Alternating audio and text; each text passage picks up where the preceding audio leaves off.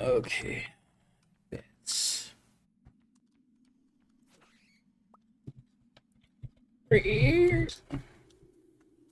Weird.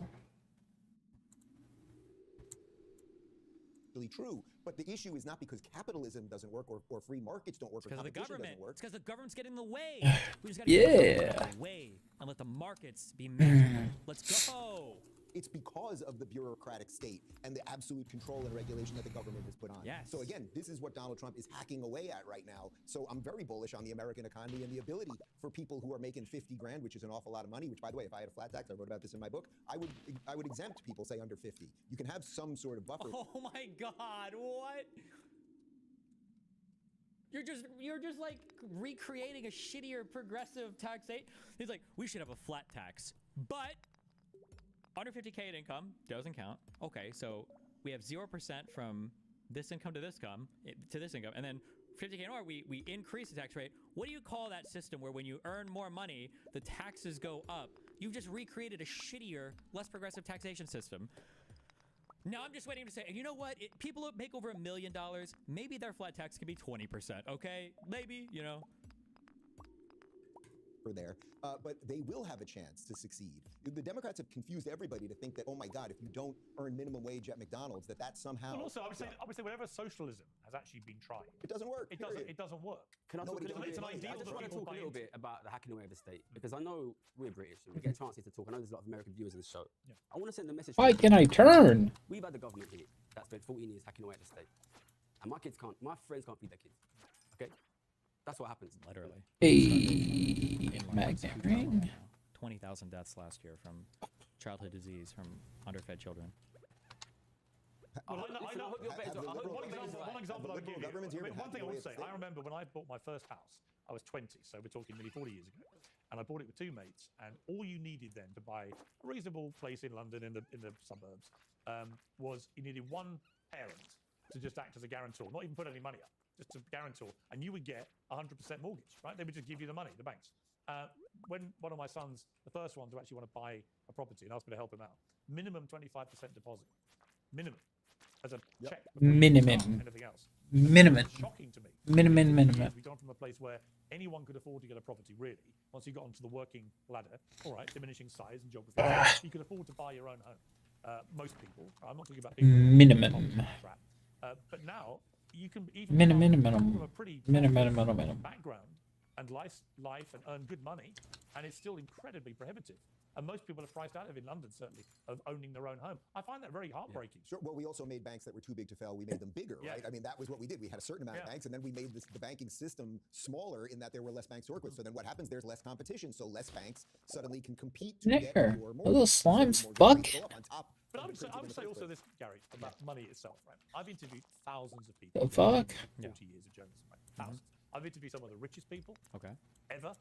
I've interviewed some very poor people. Okay. I've got mates who've got money. I've got mates who've got no money. And the one common denominator I can tell you is you get happy rich people and you get miserable rich people. Yeah. And you get happy poor people and you get miserable poor people. And there's no, to me, there's not a direct correlation. I remember going to... This is true when you're speaking about like life fulfillment stuff, but this is absolutely not true when you're speaking about like, can you afford a vehicle? Can you afford to get to work? Can you afford to not fucking miss bills? Or if a health thing comes up, especially when you've got like aging parents, or how stressful is it going to be to deal with a child when you have a child and you got to figure out childcare before they go to school? Like, South Africa, poor people. Okay. And there's no, to me, there's not a direct correlation. I remember going to South Africa, to the townships in Soweto for the first time. And the one thing that struck me, I said this to the people that were showing me around. Funny enough, I was going to interview, hopefully, Mandela. It never came off because he was too sick. But I was there to do the World Cup, and he was going to host it. But what struck me was they were joyous people in the townships, utterly joyous, singing, dancing. They had nothing. And then I thought, now, I don't know the underlying mechanisms that are theorized to explain this, but what Pierce is saying might not necessarily be untrue, but I think this speaks to the fact that I don't believe that poverty or living standards, I don't know why, I don't know what the explanation is, I don't believe it's poverty or living standards necessarily that are tied to like general happiness or unhappiness. I think it has more to do with actual like wealth inequality. Again, I don't know what the explanation is or what the mechanism is that's theorized for that, but so this isn't the most impossible to believe thing, but it's About some of the dinner parties I've been to with a lot of rich people. Yep. Miserable bastards, all of them. All because they're always constantly chasing the drug of more money, more material things, more whatever. In other words, you know, money is no guarantee whether you have it or not that you're going to be happy. There are many other criteria. I would simply put it to you. Yeah. I don't know the answer, but could it be other things that have happened to you that have made you feel so angst-ridden about this, rather than actually money? I mean, it could be. It could be, and obviously we're all complicated people. We all live, we live long lives. Lots of things happen to us. But you must have had miserable and happy people working with you, earning Oh, tons yeah, of look, money. 100%, And similarly, when you're 100%. working class Listen, backgrounds, except South Africa has horrendous wealth inequality, so that would work against your point. I don't think he was Shit. town or whatever the fuck the capital. If you're talking about like, if you go to like South Africa in the cities, it's not like African tribes people dancing. That's like a country with houses and electricity and stuff. Okay, maybe there are parts of South Africa where they still do that though, but we're three of us here. I suspect 3 multimillionaires telling us it's possible to be poor and happy, being watched by a lot of ordinary people who are going to lose their homes. They're going to lose. this guy, his virtue signals so hard. Oh my god, it's so fucking cringe. Oh. Their fucking homes, please. They're gonna lose their homes. I've got friends, yeah? Yeah. They don't eat, so the kids can eat, and they think the kids don't notice, yeah? The kids fucking notice, okay?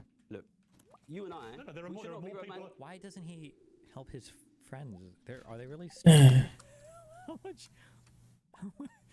These are just crazy answers to give. Holy shit.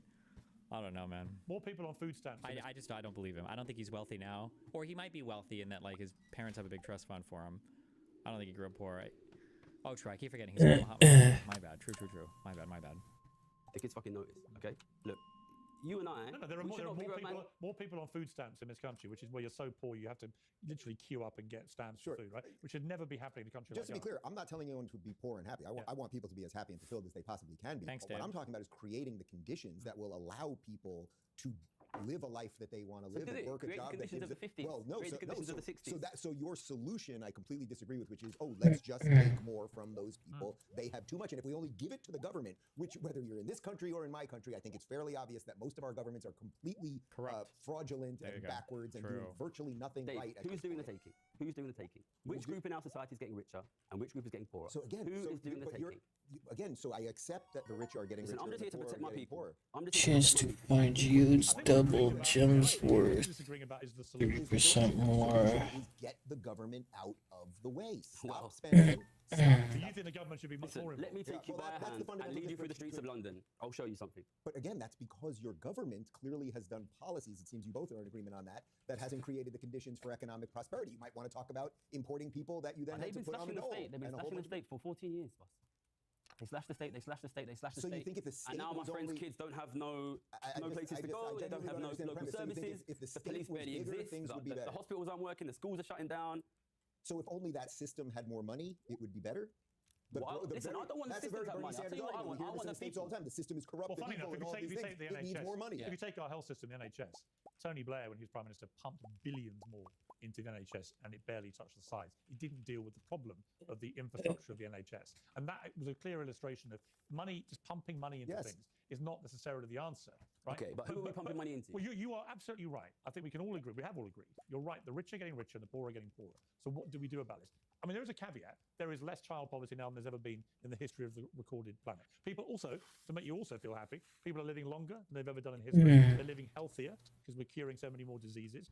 Water is a lot cleaner than it's ever been. There are fewer like mosquito-type diseases out there killing millions of people than there used to be, etc., etc., etc. There's a very good argument to say that in recorded history, there's never been a better time to be alive. That's why I slightly challenge. I would never say, like you say, you never say being poor makes you happy. Of course not. But there's, I've yet to see evidence. Your viewers. Lin card? What the fuck is a Lin card? But I think that there's certainly less child poverty statistically In the US. there's ever been. Your average American. Is In the the West richest generally, ever been. actually.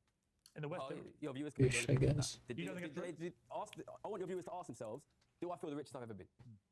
Because I'll tell you who's the richest they've ever been, me, and probably you, and Donald Trump, and Elon Musk. And in my opinion, what I see, I'm from a poor background. but I I think see it you're- every day. I think one of the problems too, I don't know how much is psychology versus other things that make wealth inequality such a huge driver of people being pissed off. But like, for instance, if you were to say to somebody today, you can't have the good insulin, you get the shit insulin, right? The pig insulin, whatever.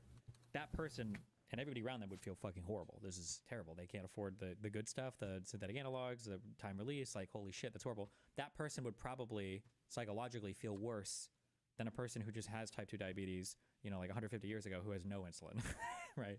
So I mean, it sucks, but I mean, I don't know how you deal with these issues directly, but I think you're a great example of somebody who's made something of himself, come from a poor working class background by your own admission, and you turned yourself into the best trader in the world. You're a great example, and yet what you seem to be wanting to do is almost retreat. No, from it's your, not. I don't want. retreat from your I don't want to success. tax working people more. Okay? I worked hard to drag my family out of poverty, right? And I paid 50-60% a year tax. At the same time, Duke of Westminster inherits £10 billion, more than 3,000 times what I made, pays nothing. Do you think that's fair? No. Do you think that's fair? So let's change it. Let's change it. Let's tax working people less. why did you say no then, Dave? You should have said yes. That is fair. Why would you say no? What? Your view is less, and let's tax the billionaires more. I would Well, we have all first sorts off, of saying they pay no taxes isn't quite right because people pay all sorts of taxes when you're running businesses, like payroll taxes and property taxes and everything else. So What? Fuck. You pay all sorts of taxes when you're running business, like payroll taxes. Guess who else pays payroll taxes? The workers, motherfucker. What are you talking about? Cringe. no tax thing is a total Damn misnomer. it. But again, the basic premise of what you're saying, I think, is right. But I would also say that the answer of just throwing money at everything, the example you just laid out. Yeah. I was with Bobby Kennedy a week or two before he got Bobby. confirmed, and he brought up something that I thought was Confirmed? quite Is he brilliant, and I Catholic? think this is why I will take the bet that we just laid out there, which is that he said in all of his years in public service, and this is a guy that's been doing this for decades, he has never been approached more by, he said, tech leaders and industry leaders and innovators, and he did say millionaires and billionaires, who want to now help the government however they can. We have had a Then tax them more. Okay, thank you. bureaucratic state that has just taken from the people. Suddenly we have people like Bobby Kennedy and like Elon who are volunteering, who could be doing all those other things that Elon could be doing, that he probably We couldn't be need doing. more Elon Musk. Yeah, What's right, struck me talking to you, Gary? exactly. You know what? I'd love to see Oh someone my like you get God. stuck into the NHS and make it a better economic model. You're obviously brilliant at economics, right? We don't have enough brilliant brains sorting out the big problems in this country. One of the reasons I really am excited by the Elon Musk thing in America is at least stuff's getting done at breakneck speed. It should have probably been done decades ago. Absolutely Now, will it true. work? I don't know. But I'd What certainly is want to this, man? make a real Fuck. difference for good. Do you know where And God, I think hate you should, fishing. Right? People like you should be getting stuck into. He's just waiting to get his slogan out. You know where what he's going to say is, you know where all that extra money is going? You know where all that waste is going? Every time you fund these systems more and they're not getting better, it's because the billionaires are taking all the money.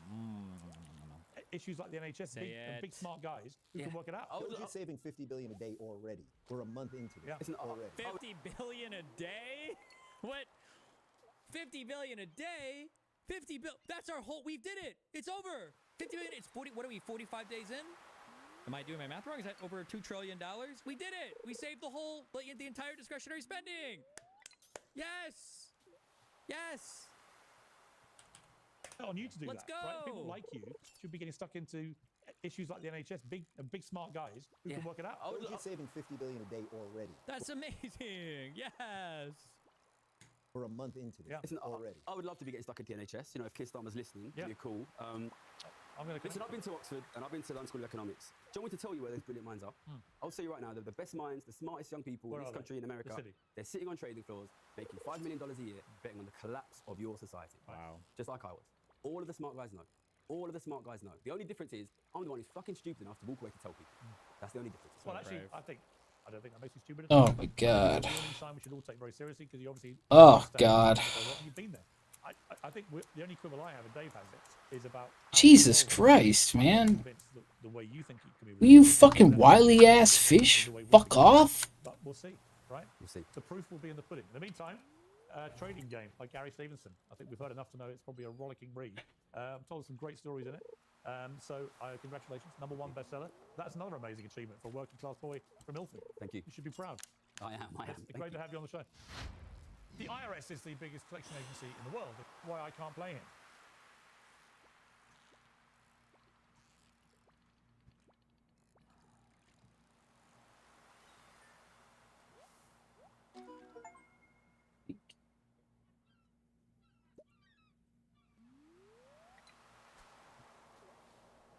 Ain't catching no squid.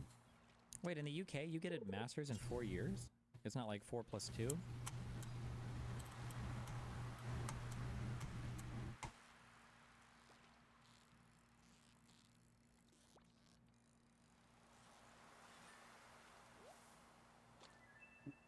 Oh, it's 3+1. Fuck you guys.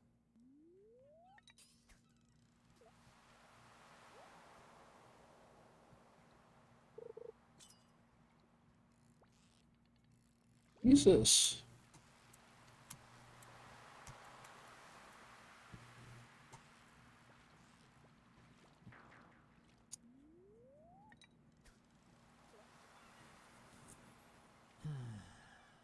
Okay.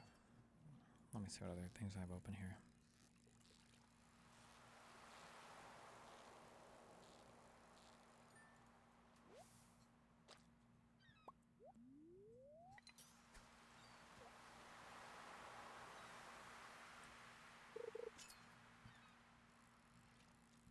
Oh, good. Now, senior Fox Business correspondent Charles Gasparino reporting that the education department employees have been told that they must vacate their offices in D.C. and the regions by 6 o'clock tonight, and that the offices will be closed on Wednesday for security reasons. Right now, senior. All right. I called him and I said, "Did you hear that?" He said, "No, what?" It's like I heard loud bangs coming from downstairs. And he said, "Oh, it's probably the dogs, because we have dogs that jump on the patio table and on the kennels, and so they're always making sounds." But I felt like it was a lot louder than the dogs normally are, so I told him, "I'm going to lock the doors just in case." And so I locked my balcony door, and then I locked my bedroom door too. And then I laid back down, trying to, like, just maybe it was the dog. What? I heard loud bangs from downstairs. So then I decided to just... Nobody checked on it, but I locked my... Okay. I locked my balcony door and I locked my bedroom door. Okay. Dogs. And then I hear more loud bangs coming from my bedroom door that I just locked. And so I called him and I said, "Hey, is that you trying to come in? Because I locked the door." And he's like, "No, it's not me." And I said, "Well, someone's trying to come in here." And She can't hear... There's no talking or anything? There's 4 guys. Or was it 3? 3 or 4 guys? They're not saying... They're just... She has no idea? Wasn't there literally a gunshot in her... In the thing above the handle? as soon as I said that, they were like shooting the door, Oh, okay, now. kicking it All down. right. And then 3 guys came into my bedroom. It was dark at first, and they turned on all the lights. And then they pointed the gun at me while I was in bed, said, "Stand up, stand up." And so I went into the corner of the room where there's a chair, and they were kind of like, all 3 of them surrounding me, and I was... No shot! This is a troll. This has to be a troll. In the corner of the room where the cuck chair is? I don't believe it.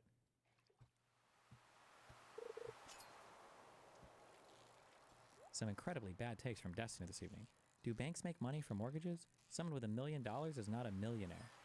Do you think most people consider a 75-year-old with $1 million in their 401k a millionaire?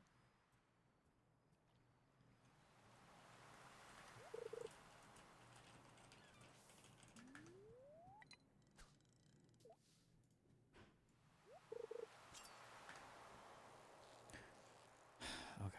The corner of the room where there's a chair, and they were kind of like, all 3 of them surrounding me, and I was sitting in the chair, like not sure what to do in this situation. They kept saying, "Where's the crypto? Where's the crypto?" And I was like, "I don't know what you're talking about." It's like, "Where is it?" And then they said, "Hit her." And so I knew they were about to hit me. And so I actually took boxing classes like a year or 2 ago. And so instinctively, I was just putting my hands up like this, and that's why you don't see it on my head, actually. Oh no, come on. Bro. Like, cause I blocked my head. I actually had like stitches, lacerations, and like some stitches. It's like in my hairline, so that's why you can't see it. But we have the documents for it. But it hides pretty well since my hair is already red, so the blood kind of blended in.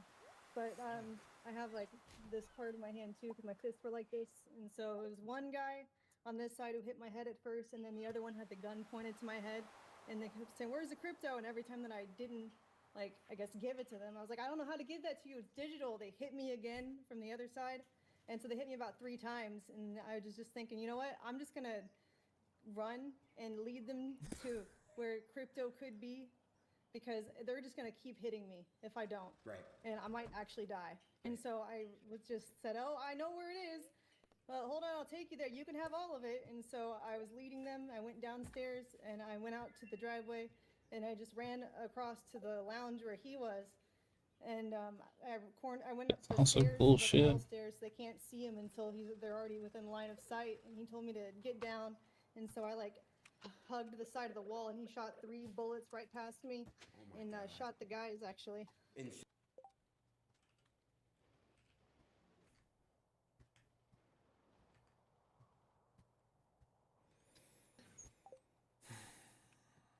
This happened. Reminder, Dan thinks this whole story is 100% true, okay?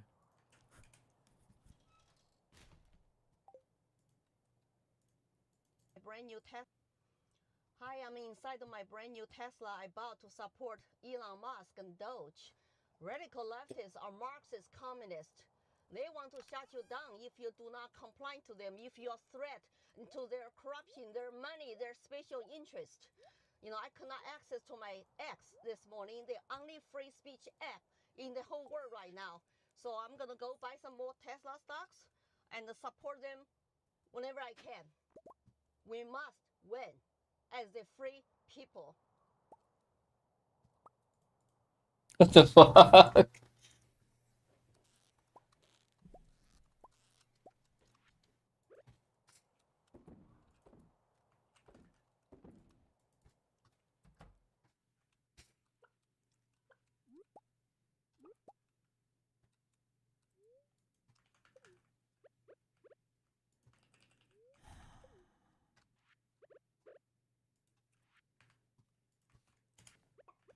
For years, Curtis Yarvin had been writing online about political theory and relative obscurity. His ideas were pretty extreme, that institutions at the heart of American intellectual life, like the mainstream media and academia, need to be dissolved. He also believes that government bureaucracy should be radically gutted, and that American democracy should be replaced by what he calls a monarchy run by a CEO. Monarch is good, it's a neutral term. But while Yarvin himself may still be obscure, his ideas are not. Vice President-elect J.D. Vance has alluded to his notions of forcibly ridding American institutions of so-called wokeism. And Yarvin has also found fans in the most powerful and increasingly political ranks of Silicon Valley, like Mark Andreessen, the venture capitalist turned informal advisor to President-elect Trump. We are living under FDR's personal monarchy. Peter Thiel, a Republican megadonor, has called him a powerful historian. On top of it all, Yarvin has become a fixture of the right-wing podcast universe. He's been a guest on the shows of Tucker Carlson and Charlie Kirk, among others. Thank you for that lovely intro, Tucker. I've been aware of Yarvin for years, but always thought of his work as pretty fringe. A lot of what Yarvin has to say is disturbing, and the historical evidence he justifies it with is riddled with exaggeration, distortion, and sometimes just plain inaccuracy. But given that his ideas are now finding an audience with some of the most powerful people in the country, Yarvin can't be so easily dismissed anymore. When you say to a New York Times reader, democracy is bad, they're a little bit shocked. But when you say to them, politics is bad, or even populism is bad, they're like, of course, these are horrible things. I'm David Marchese, and here's my conversation with writer Curtis Yarvin.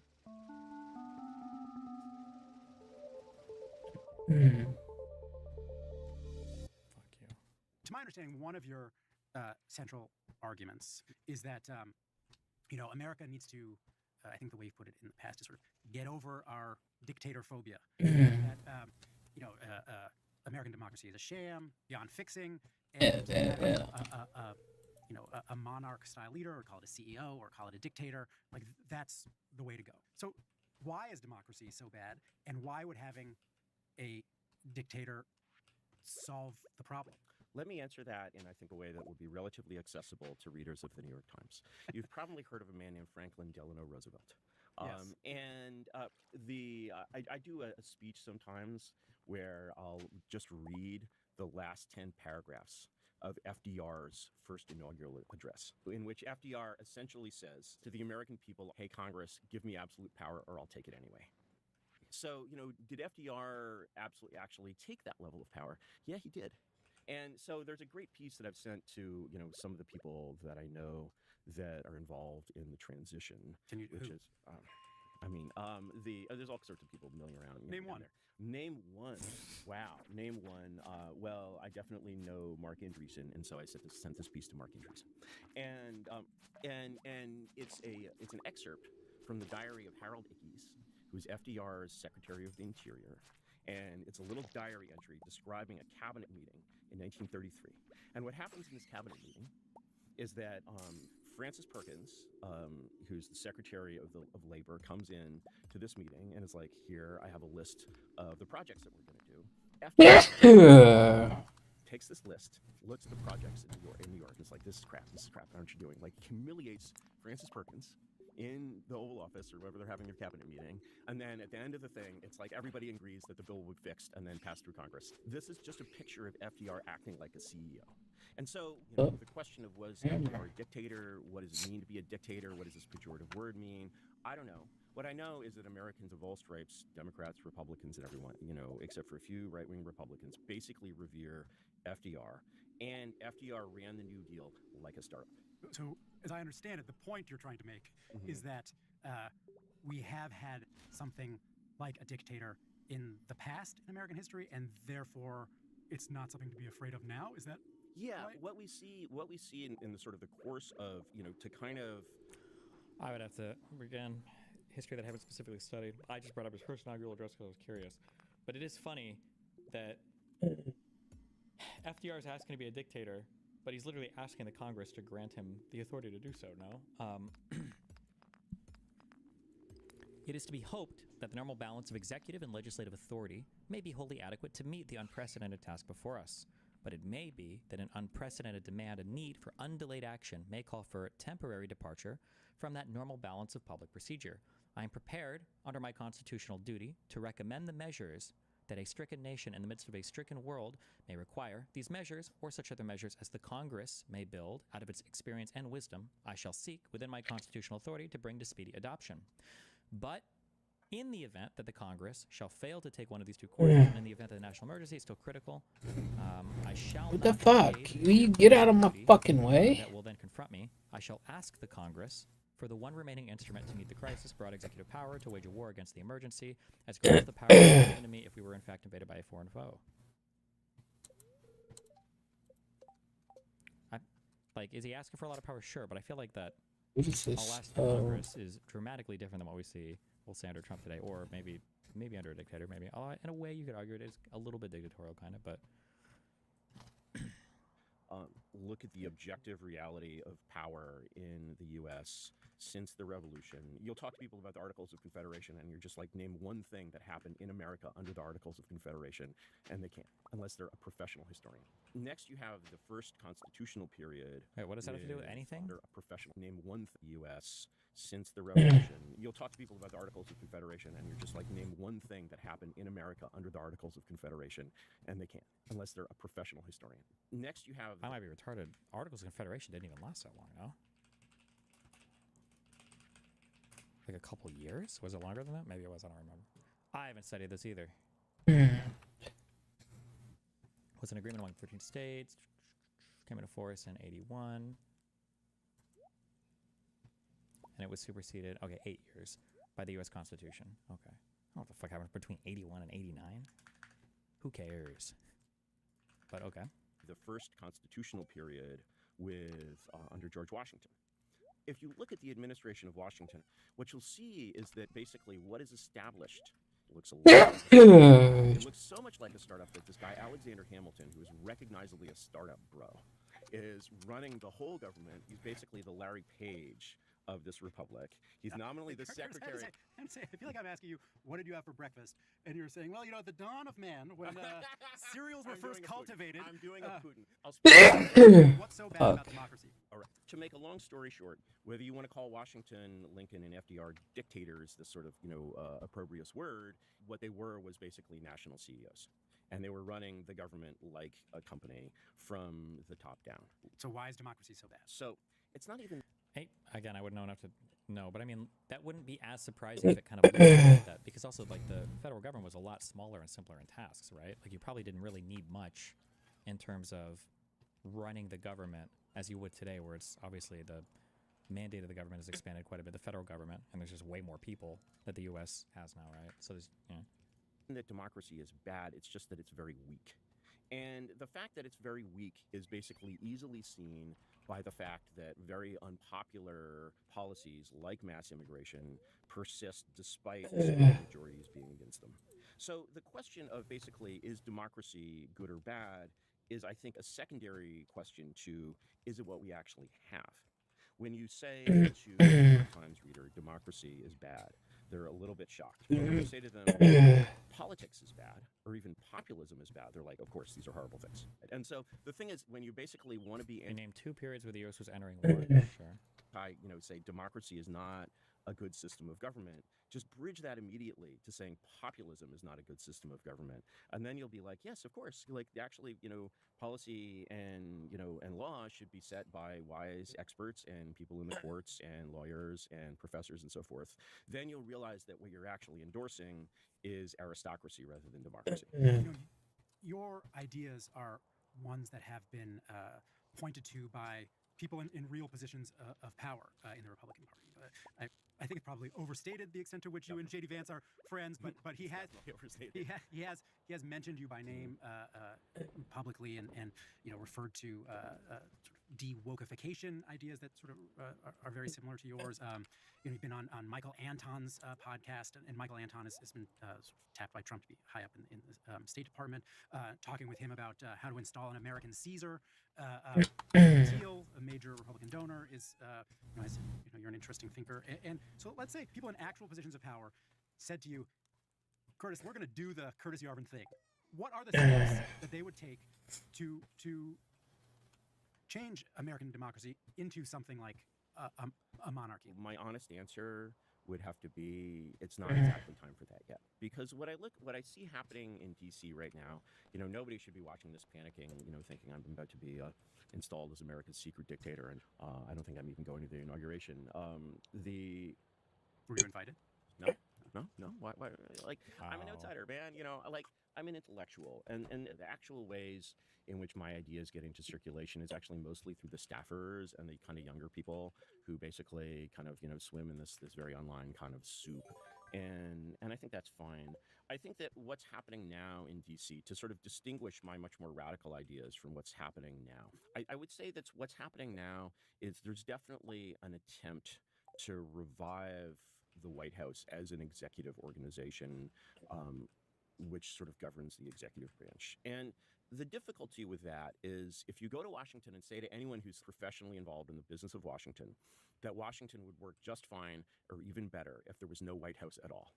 And they'll basically be like, yeah, of course. The executive branch works for Congress. So you have these poor voters out there who elected, as they think, a revolution. They elected Donald Trump, and, maybe the world's most capable CEO is right. in Your there. point is the way the system's set up, he can't actually get that much. He can't done. actually do that much to it. And he can block things, he can disrupt it, he can create chaos and turbulence or whatever, but he can't really change what it is. Do you think you're maybe overstating the inefficacy of a president? You could point to the appeal of Roe is something that's directly attributable to Donald Trump being president. You could point. One could argue that the COVID response was attributable to Donald Trump being president. I think the COVID response is a slightly better example. Certainly, many things about COVID were different because Donald Trump was president. Here, I'll tell you a funny story. Sure. The risk of bringing children into the media. In 2016, my son, he's now 14. He was 6 then. And my children were going to a Shishi progressive Mandarin immersion school in San Francisco. And so kids to a sorry, I'm laughing. You send your kids to a Shishi progressive school. At the time, Mandarin immersion. Rubber hits the road. Indeed, and you can't isolate children from the world, right? And so at the time, my late wife and I did not. We just adopted the simple expedient of not talking about politics in front of the children. Smart which move. I recommend to everyone. And but of course, everyone's talking about it at school, right? And my son comes home. And he has this very concrete question. He's like, Pop, when Donald Trump builds a wall around the country, how are we going to be able to go to the beach? And I'm like, wow, you really took him literally. Like everybody else is taking him literally, but you really took him literally.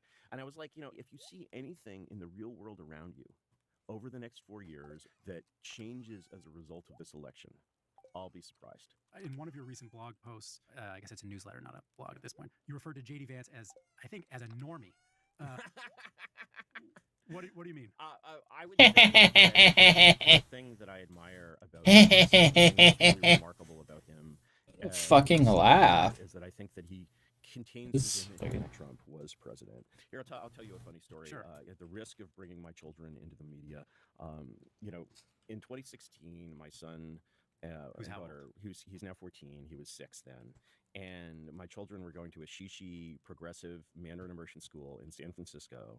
And so you sent your kids to a sorry, I'm laughing. You sent your kids to a Shishi progressive school. At the time, Mandarin immersion. The rubber hits the road. And indeed, and you can't. Wait a minute. Why is this showing up here?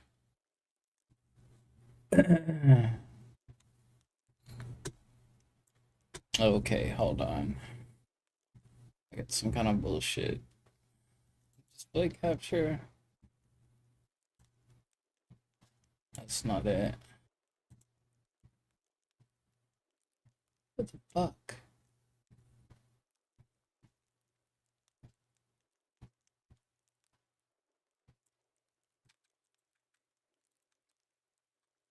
Hello?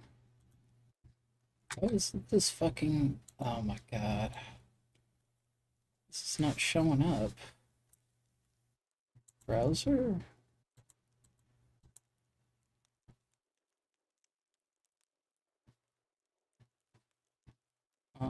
Desktop?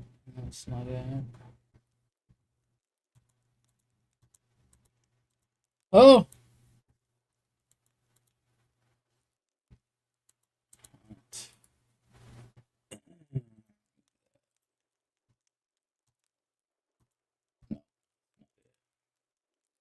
There it is. There it is.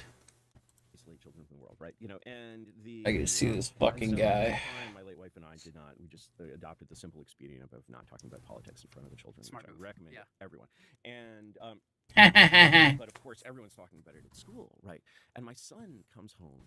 And he has this very concrete question. He's like, Pop, when Donald Trump builds a wall around the country, how are we going to be able to go to the beach? And I'm like, wow, you really took him literally. Like everybody else is taking him literally, but you really took him literally. And I was like, you know, if you see anything in the real world around you over the next 4 years that changes as a result of this election, I'll be surprised. In one of your recent blog posts, I guess it's a newsletter, not a blog at this point, you referred to JD Vance as, I think, as a normie. Oh, fucking loser. I admire about Vance, about him as a leader. Jesus Christ. Contains within him. Oh, it's not showing up again. What the fuck? Connect with like flyover Americans. Whatever. In the world that he came from is of course very, very great. He went to Yale. And in Yale Law School, in fact. And so Okay. he speaks. He's a What the fuck was I doing? Whoa, what is this? Oh, she's working on my new house. And one of the things that I believe really strongly, you know, that I haven't touched on Sweet. is I think that it's utterly essential for any Early. to have to be the president of all Americans. And I think this is something that basically the new administration could do a much better job of reaching out to progressive Americans and not demonizing them, saying, hey, whatever, dog. This country a better place. I feel like you've been misinformed in some ways. You're not a bad person. This is like 10 to 20% of Americans. This is a lot of people are like the NPR class. They are not bad people, evil people who want to like do, you know, like, but the thing is, they're human beings. We're all human beings. And like, human beings can support bad regimes. We're all human beings, dude. Yeah, we're all human. And it contains within him intellectualism. And so, you know, what you just said about, you know, the administration could do a better job of reaching out to progressives. And we're all human beings. As you well know, we're all human beings, dude. You often take in your writing, we're all human beings. You know, it's true, where, you know, you talk about de-wokification, how people who work okay, I need to go back into actually, let me see. Did I get a ring that? You know, you have ideas which I hope are satirical about, you know, how to handle non-productive members gives of society. me extra shit. Locking them in a room forever. So why is your tone? Has your thinking shifted? Is the rhetorical tone different in a setting like this? You're looking for different. My thinking is definitely not shifted, and you're finding different emphases. It's like when I talk about rage, for example. Increase radius for collecting items. Career, you know, federal employees. It's a little on the nose from a Freudian perspective. Increase attack. Constant bite. When you look at those, the way to treat fuck. I'm just like, treat it like a company that goes out of business, but sort of more so because these people, having had power, have to actually be treated even more delicately and with even more respect. And And so the thing is, when you understand the perspective of the new regime with respect to the American aristocracy, their perspective Gotta get this isn't sort ring. of anti-aristocratic thing. Kiss the ring, we're gonna, like, bitch. bayonet all the professors and, like, you know, throw them in ditches or whatever. Their perspective has to be that, like, you were a normal person serving a regime that did this, like, really weird and crazy stuff. How invested do you think J.D. Vance is in democracy? It depends what you mean by democracy. I mean, I think that the problem is basically when people equate democracy with good government. When you use that word, you're using a very tricky word. I would say that what someone like Tricky word? on very Democracy serious is a like, tricky word. that someone like J.D. Vance believes essentially in the common good. And the idea that government should serve the common good. And I think that people like JD and people in the sort of the broader intellectual scene around him, which is a very varied intellectual scene, you know, would all agree on that principle. Now, if that principle, I don't know what you mean by democracy in this context. What I do know is that if democracy is against the common good, it's bad, and if it's for the common good, it's good. I think what you just described might be something that Peter Thiel would agree with, and there was I think a progressive. Where the fuck is the goddamn door? By BuzzFeed, where they It's gonna be the very last fucking almost. Tour Milo Yiannopoulos. Vocateur. Talked about watching the 2016 election with Peter Thiel. Vocateur. As a fully enlightened. What was fully enlightened meant in that context? In that context. What fully enlightened for me generally means fully disenchanted. When I look at basically what the kinds of people that I know, not really that I think, I'm basically like, you know, have people like this been exposed to my ideas? Yes. Do they agree that I doubt it, but I have no idea. But what they agree on is not a belief, but a disbelief. So I think that when a person who lives their life within the kind of, you know, sort of progressive bubble, liberal bubble, use whatever term you like, of, you know, the current year, looks at the right or even the new right or whatever, you know, you want to call it, I think what's hardest to see is that what's really shared is not a positive belief, but an absence of belief. Basically, we don't worship these same gods. We do not sort of see, you know, the New York Times and Harvard as like divinely inspired in any sense, or we do not see their procedures as ones that sort of always lead to truth and wisdom. We do not think that the way the U.S. government works, you know, really works well or seems to be perfect in any respect. And this absence of belief is what you call enlightened. Yes. Okay. Yes. It's a disenchantment from like believing in these old systems. And the right thing that should replace that disenchantment is not, oh, we need to go do things Curtis's way, and is basically just a greater openness of mind and a greater ability to look around and say, you know, like we just assume that our political science is superior to Aristotle's political science because our physics is superior to Aristotle's physics. What if that isn't so? You're basically saying there's a historical and political recency bias that people are susceptible to. Exactly. But I think the thing that you have not quite isolated yet is why having a strong man figure would be better for people's lives. Can you answer that question? Yes. Number one, I think that having an effect. Oh god, this is boring. Exactly what a British commanding officer would have done, and so this is out of this.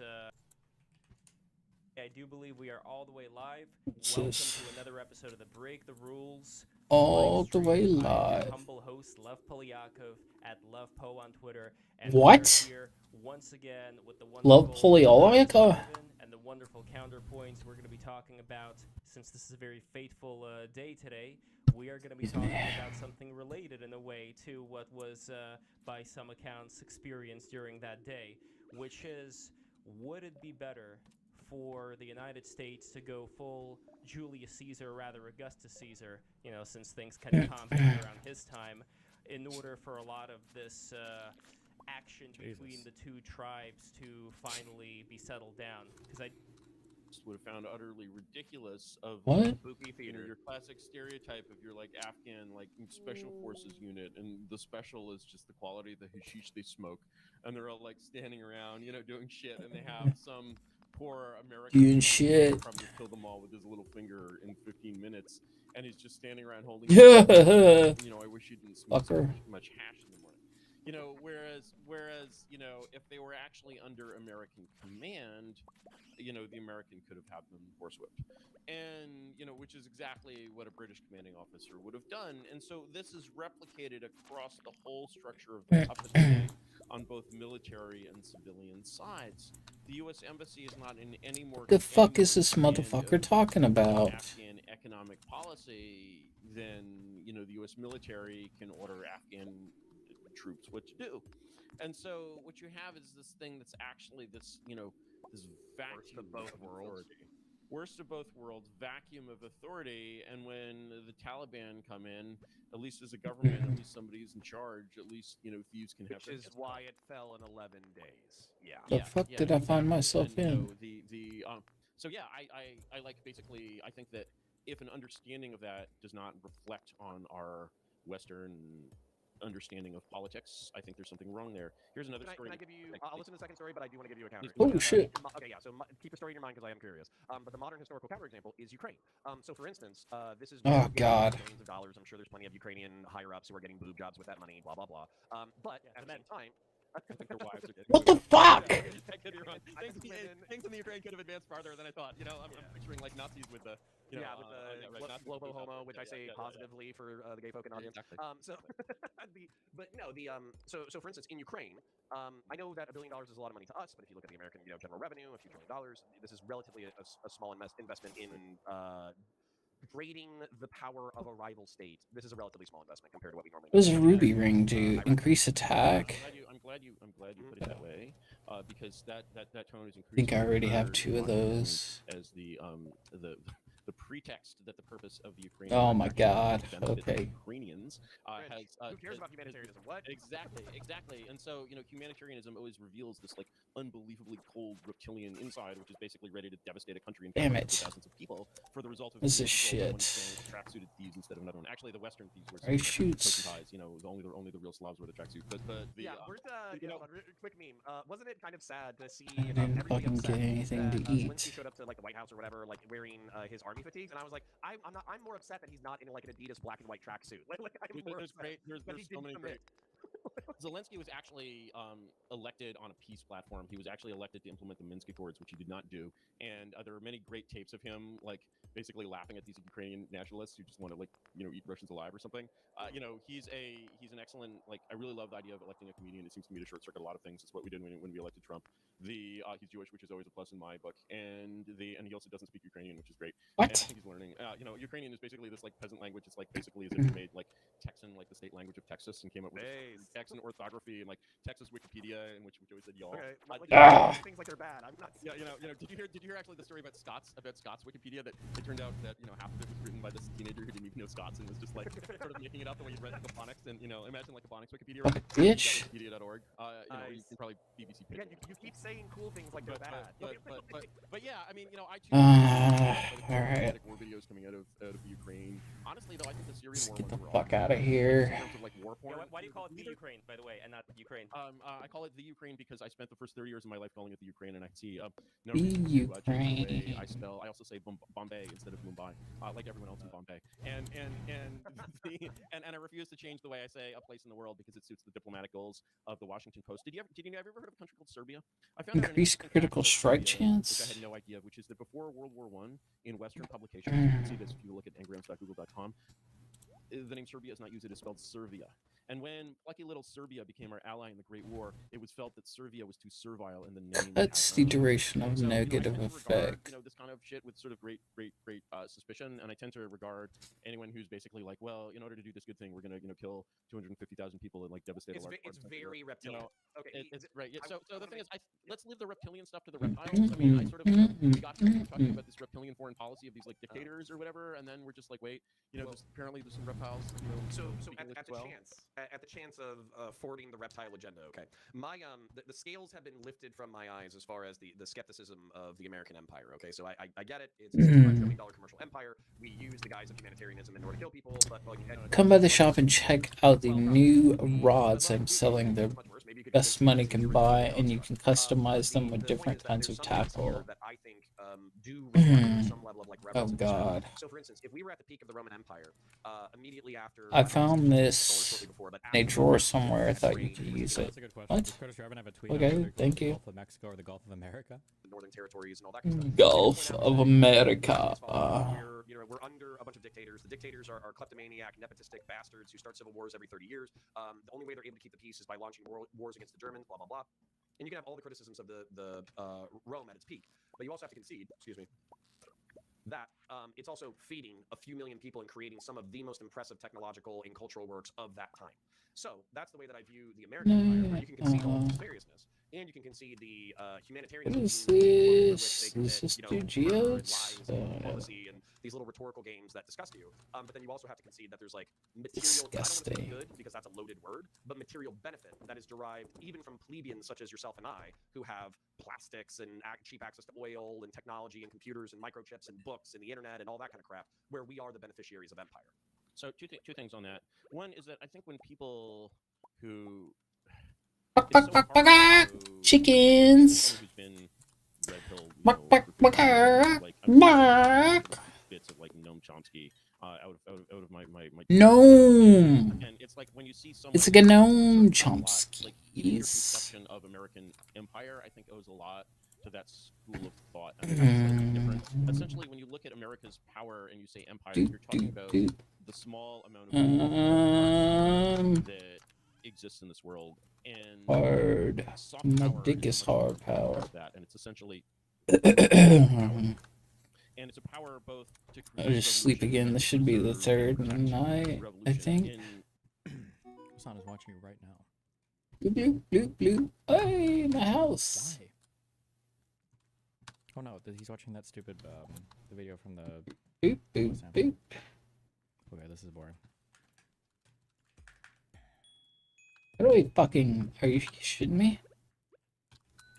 Okay, let me finish eating and then we'll do reading.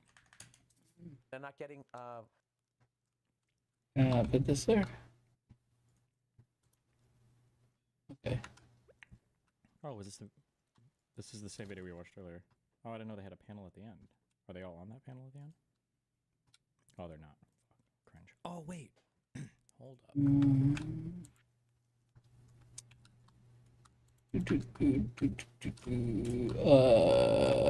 Let's see. Move this bitch over.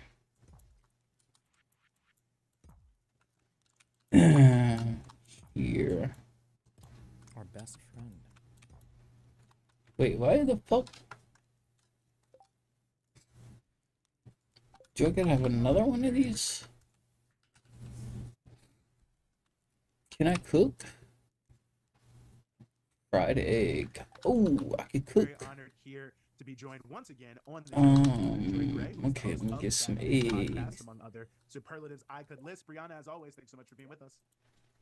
Thanks for having me back, and I feel like I need to announce my campaign for president to get my breakthrough news bump right off the bat. I like that. You're welcome. Well, look, we might come back to you in 2028, given how things are looking now. But yeah. So today, Representative Al censured in Congress. 10 Democrats voted for the censure. Of course, if you didn't see the speech, he got up and yelled at Trump, "You do not have a mandate to cut Medicaid," and was removed. You do not have a mandate. I Eggs. what I want to ask you here, Brianna, is not only the 10 Democrats who isn't there a the Democratic leadership, I guess, had told people don't protest at all, don't shout, don't say anything, don't stand up, don't walk green out, beans, lame signs and like the pink large eggs. I don't even know. Maybe I'll just leave it there, but it just seems like how could you possibly even claim to be in opposition in this kind of reality? It's interesting. Look, in a world where there was a more robust, substantive opposition, I wouldn't be so hard at some of the symbolic efforts. But the fact is that these symbolic efforts are the extent of what is being done point blank. Wine. And then finding out that it's the Democratic Party who actually pomegranate told us not to do more. I mean, I literally just wrapped wizard where he reported the same, that his former colleagues have been told to be, like minimalistic about their protest, and it is really dispiriting. I mean, fish tank. Didn't I have something else? Who normally carry water for catfish head. I don't think I caught a catfish head. No eel. Water bearers Largemouth sturgeon. Actually, I expect there to be something more for you to have been. Tuna, red snapper, Delia. She would love to operate in. Tuna, red snapper. Because they don't have the votes to pass anything, so no real policy will ever come out. So the only thing they can do now is symbolic protest, which is the only thing people like Brianna ever want to see in this country. Red Symbolic snapper. protest. It's not about achieving power, it's just about critiquing power. Crying about incoming fascism for all of these years, and to see the manifestation of a second Trump presidency being, frankly, I think a lot worse than what some people Fuck this shit right now. I'm gonna keep working on my and that's why losers like you who trying to get the ring. explicitly didn't endorse her deserve. You have zero input that's valuable to literally anybody in this country. Zero. What? A rock? Come on, man. 10 Democrats coming over to join the censure of a colleague who did only what Censure. did a few years ago and shouting, "You're lying" at Joe Biden. When, by the way, ironically, at that time she was saying that he was lying about Republicans wanting to cut Social Security, which is of course what Donald Trump is doing right now. I mean, it's like levels of irony and frustration, and I think everyone's waiting for someone to meet the moment. Sing for the music, sing for the love, sing for the tear. Sing them in today, baby, tomorrow I'll take it away.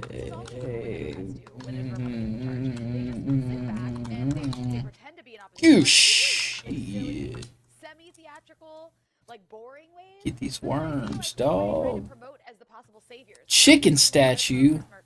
Who is like as bland as it gets and just like another centrist Democrat.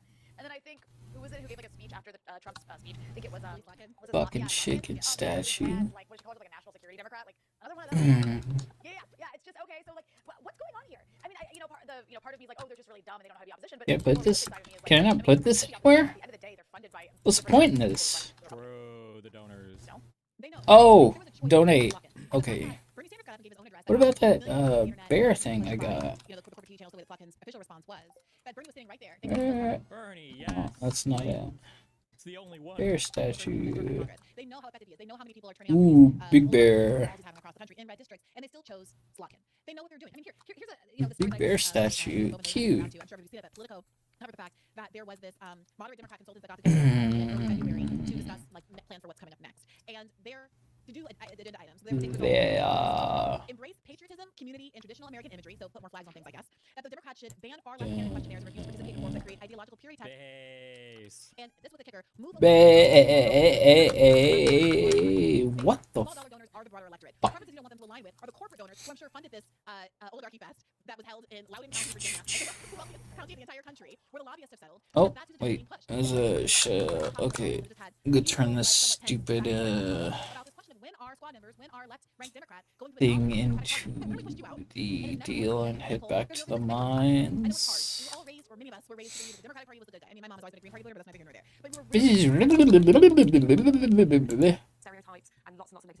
The Nazi Party and the building of the Third Reich, rousing speeches. Third Reich. Life, drinking. Oh god, that's boring. Is there anything that's not gonna listen to? Oh no. Let's see.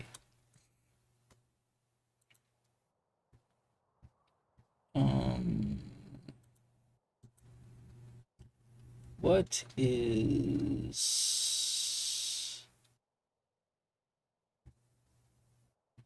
who tried to warn me about everything? Oh, maybe this Dead House Sonata thing? I am weakened, and it rages, my power flows.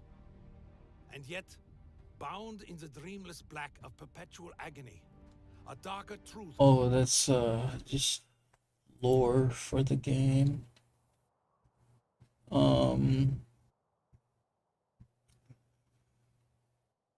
Come on, Markets, you can do it.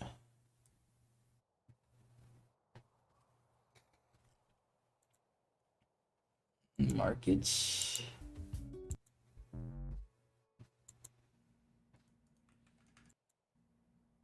You got her the PS5? Must watch Doge Tracker that breaks every down. Do in 2 hours. Like the What is that? Muskwatch Doge Tracker?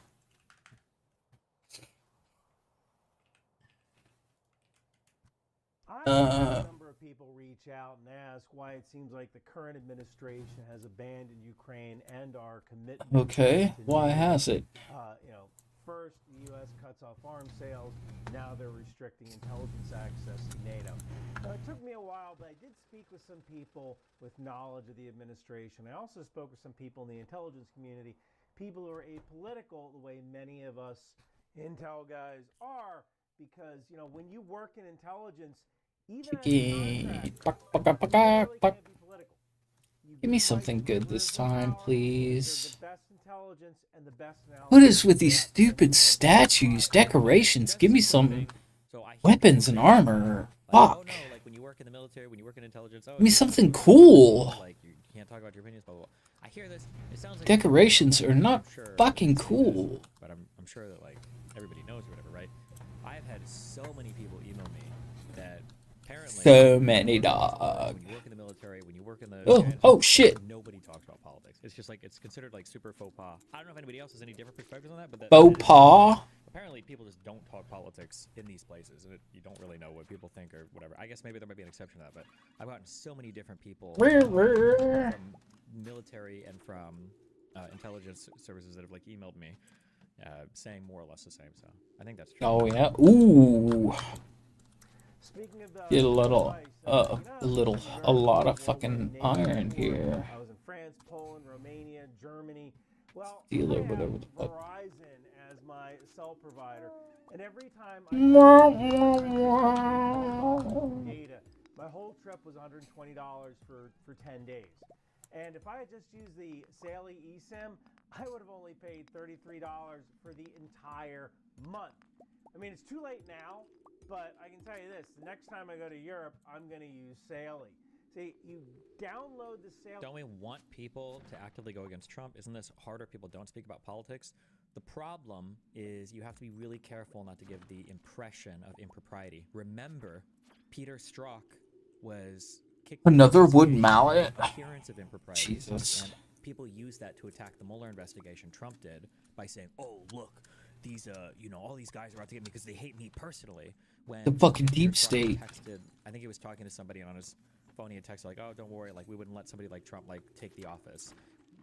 Because Trump was shitting on all of our fucking military and all of our all of our federal workers at the time. But that message, the Republicans tried to basically wield that message, claiming, "Look, see, he's biased. He hates Trump. All of our intelligence just hate Trump. That's why they're going after him so much." So you have to be really careful. Hi, baby. Oh, hi, baby.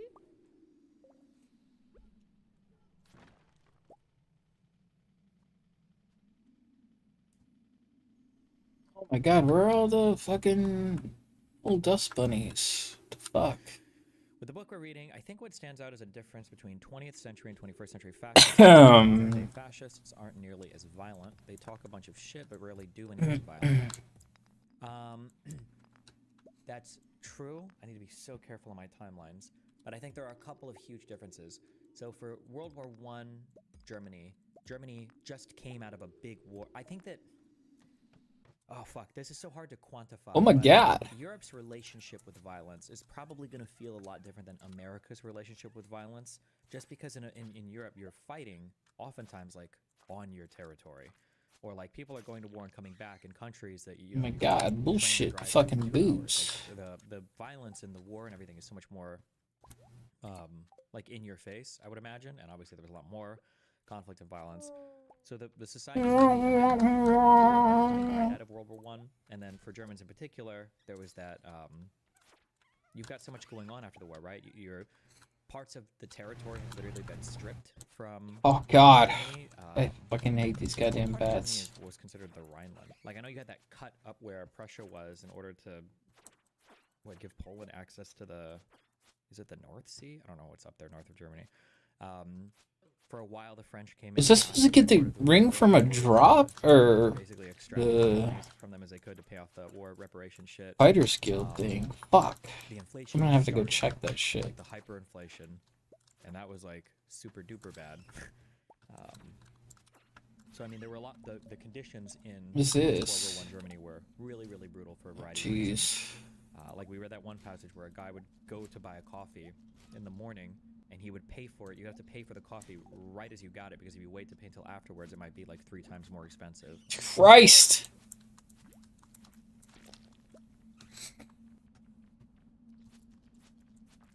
App before you go. You sign up, you pick a plan. If you have like a regional plan, you plan to visit multiple countries. Fucking you don't need to switch bats. plans. It's pretty convenient. And Saley has basically pre-negotiated data rates with other carriers. If you're going on a 7-day cruise to the Caribbean, you can do 28 countries for $15 for like a 7-day cruise. Verizon's travel pass is $12 a day. So $12 a day. For just $12 a day. And they should not, and they're also demeaning women. But who would want these things? And everything's transgender. Everybody transgender. That's all you hear about. Now, that's why we won the election in record numbers. But very importantly, now it is what it is. The Democrats should get with us and come up with good tax policy.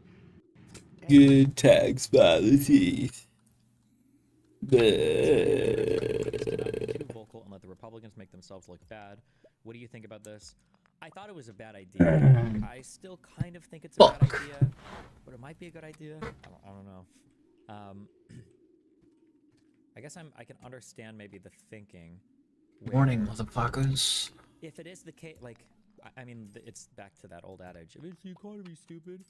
Like, if they do things to fuck with the markets and the economy, people will lose, and they will lose. That's just a fact. There's no escaping that reality. However, I'm just a fan of like causing moments where you have the camera on you and capitalizing on those moments. But I guess there's a world where the Republicans are fucking up and people don't notice the Republicans are fucking up because the Democrats are taking too much of the spotlight. I don't know. It's a hard answer. Or it's a hard question, I guess, a difficult question, because you could always see things going either way. why wouldn't you use this? Yeah, it would have literally. Oh God, get off me. So get an exclusive 15% discount on Saley eSIM data plans. Okay. Saley app, use code Macbeth at checkout. What is this? Scan the code on screen right now and get started today. I'm going to start with an uncomfortable truth. A lot of what we see in Ukraine today is a result of 3 things. The botched pullout from Afghanistan, the previous get out of here. Never making a strong case for supporting Ukraine, and slow walking weapons shipment. Fuck, What is that? I disagree with all 3 of these. Can I kill that I don't bird? think the pullout from Afghanistan had anything to do with Russia's decision to. Russia was always invading Ukraine if they weren't able to just completely dominate us. I think that was always happening. Don't. No strong cases for Ukraine support. I feel like the U.S. made the strongest case they could, but that we're internally Don't let me die. divided so much. Republicans just weren't on board with it. I feel like it's a difficult position to be in. How can the U.S. leader make a case to the world when half of our population at home is brainwashed on some like anti-Ukrainian Russian propaganda shit? For slow walking arms to Ukraine, I go back and forth on this, and I know that nowadays we really want to criticize the administration for slow walking arms to Ukraine, and I go back and forth. I'm like, yeah, we probably should have made things available sooner, or maybe not. One argument, I don't remember if this was brought up on stream or if somebody emailed me. One argument, though, is that we really didn't know how Ukraine would perform during the war. Like, nobody really had any expectations or understandings of how protracted the conflict could get. And the idea that in the beginning, if we would have shipped a fuck ton of weapons to Ukraine immediately, and then they lost in 2 weeks anyway, and then Russia takes all those arms, and it's like, okay, wait, why did we do this? Everybody would be looking at us going like, excuse me, why did you think Ukraine would ever have a chance to beat Russia in war? Why do you think the Ukrainian military would be able to utilize your weapons? Why did you think you'd be able to, Ukraine was one of the most corrupt countries in Eastern Europe for how long? Why would you just unlock your whole military to them? Are you fucking retarded? That's what people would be saying now.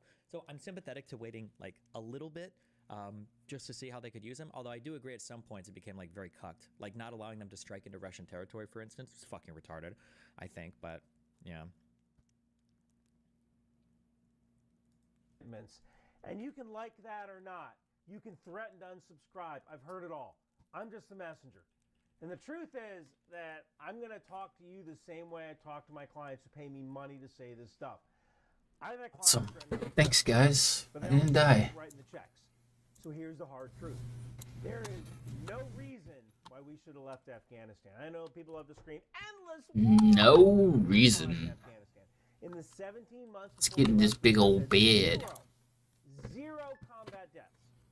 The Afghan military was holding the line. All they needed was American air support, advisory, and technical expertise. And I get it. Our administration at the time said, "Oh, our hands are tied." The Taliban Got some mail? multiple times. I would like to give you some information about an upcoming event, the Feast of Winter Star. It's a time...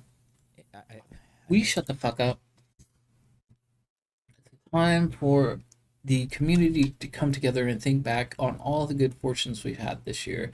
The favorite tradition is the secret gift exchange, where everyone in town is randomly assigned to someone else.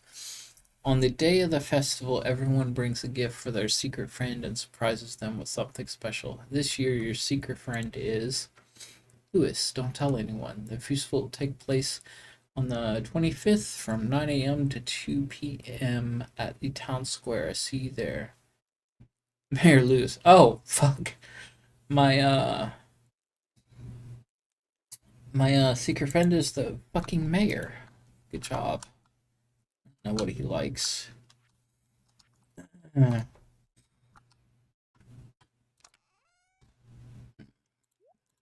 get rid of this shit.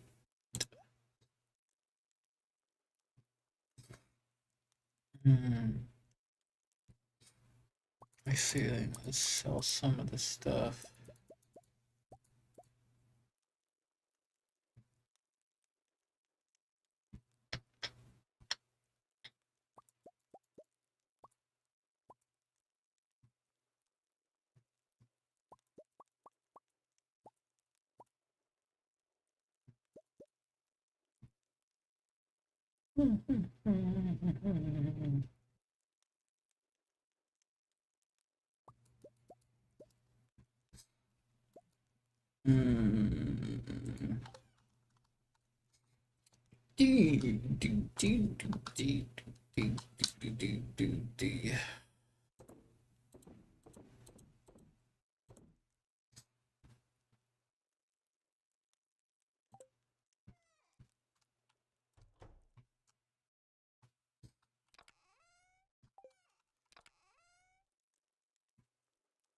I don't know if I need these scrolls or not.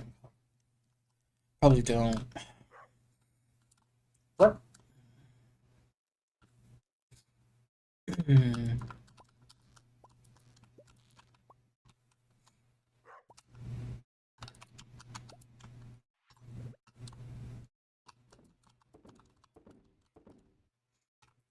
Chickens. Buck, buck, buck, buck, buck.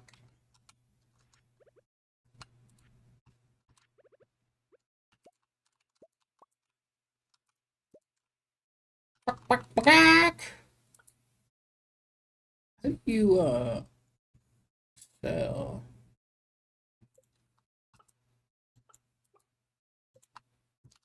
How do you make them happier? What the fuck do you like? Make them like you more. Maybe I should let them out more. It is winter time now. I don't know if to go out.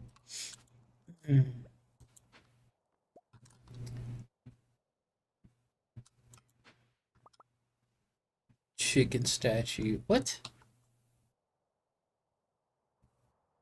What is this? Is this equipment?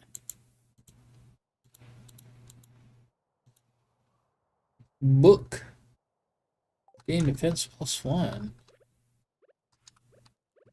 What am I supposed to do with this? Oh. Boom. Learn a new power. What,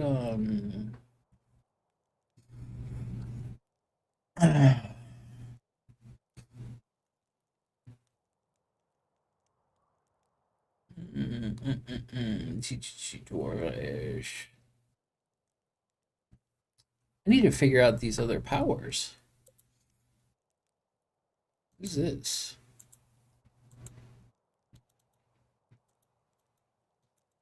Can't pet chickens? Buck buck. Pew pew. Buck buck. Peck peck. I like my chickens.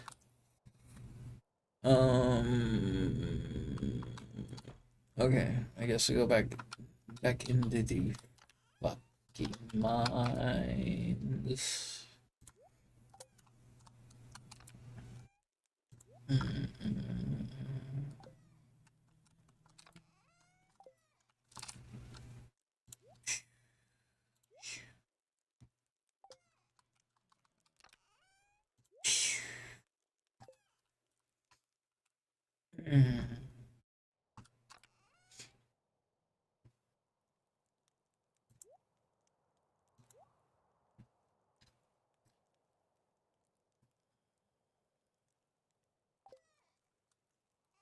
Put this in here.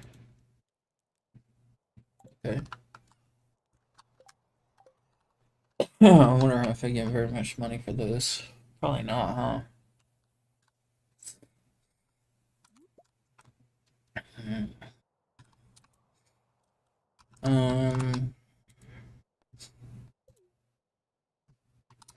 What time does the guild place open? I wonder. I need to see how many of those things I've killed or whatever.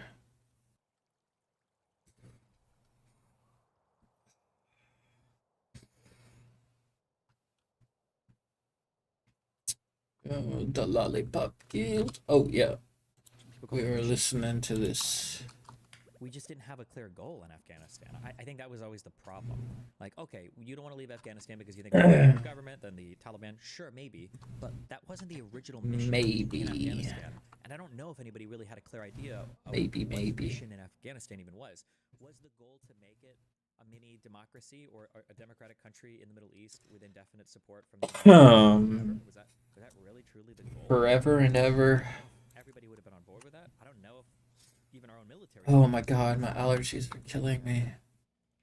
And when we did, I guarantee you President Putin was watching. Because what he saw was America. President Putin? Allies needed us the most. It didn't matter if it made strategic sense to stay. It didn't matter if Afghanistan gave 2 foothold against China. p.m. to 2 a.m. Okay. So they stay up late. I guess I'll go mine it up until 2. And we left our allies to die. That planted a little seed in President Putin's head. All he needed to do 55. use propaganda and useful idiots to make Keep it Ukraine and Europe just like we did in Afghanistan. just like we did in Afghanistan. Through the lens of grand strategy. And you might not like this perspective, but I believe this is the perspective, and it's a very calculated risk. Since 2016, the United States has told Europe to get its defensive act together. They haven't. Since 2014, we've told Europe, stop buying Russian gas. They bought more. When Russia invaded Ukraine in 2022, many NATO countries wrung I should have just upgraded my fucking pickaxe instead of the house. Jesus. It's been 3 years. And I don't believe a single new munitions factory has been built in Europe. I don't believe a single. That's kind of on them. They don't like guns, dog. So part of this is the administration saying, no more free rides. China is rising. The U.S. needs to shift its focus to the Pacific. And you think the idea that propping up Afghanistan and nation building into democracy fell flat because there wasn't much point when Israel already existed? No, I think it fell flat because we just never knew what we were doing there. I feel like a lack of clear direction for what the goal even is a big problem. Ukraine got caught in the middle of real politics. Definitely. Back in 1862, Abraham Lincoln wrote to newspaper editor and abolitionist Horace Greeley, where he said, if I could save the Union without freeing any slave, I would do it. If I could save it by freeing all the slaves, I would do it. Oh, why? Did you turn? This game pisses me off sometimes. And Europe right now. The administration's position seems to be, if we can deter China without saving Ukraine, we will. If we can deter China by saving Ukraine, we will. And if we can deter China by letting Russia take some of Ukraine, we will. We will. To the current administration, China is the real threat. President Xi has told the PLA to be ready by 2027 to take Taiwan by force. They're already building the landing ships. And right now, the U.S. has Shit. about 84,000 troops stationed in Europe, including an armored brigade in Bulgaria that isn't very useful for fighting China. So what happens if Europe takes the driver's seat? Well, then the 173rd Airborne can come home, or maybe to a permanent base like the Philippines. Some of our light and airborne units that are on rotation can come back to the U.S. or maybe head over to Asia. Maybe we keep one armored brigade on a rotation in Europe. You know, for the longest time, I have said that Russia literally can't stop this war because the second they do, their economy collapses. Worst case scenario Completely is that the and war utterly. goes on and Russia breaks up into a bunch of feuding warlord states that just so happen to have nuclear weapons. The last time Russia collapsed was in 1991. It was manageable, and back then we called it the Soviet Union. But today, the administration Happened in 91? that a collapsing Russia plus a rising China equals disaster. So the current administration might think that it is better to force Ukraine into a peace deal, even if it isn't good for Ukraine, remove sanctions on Russia, let Russia soft land so that Putin is still in power,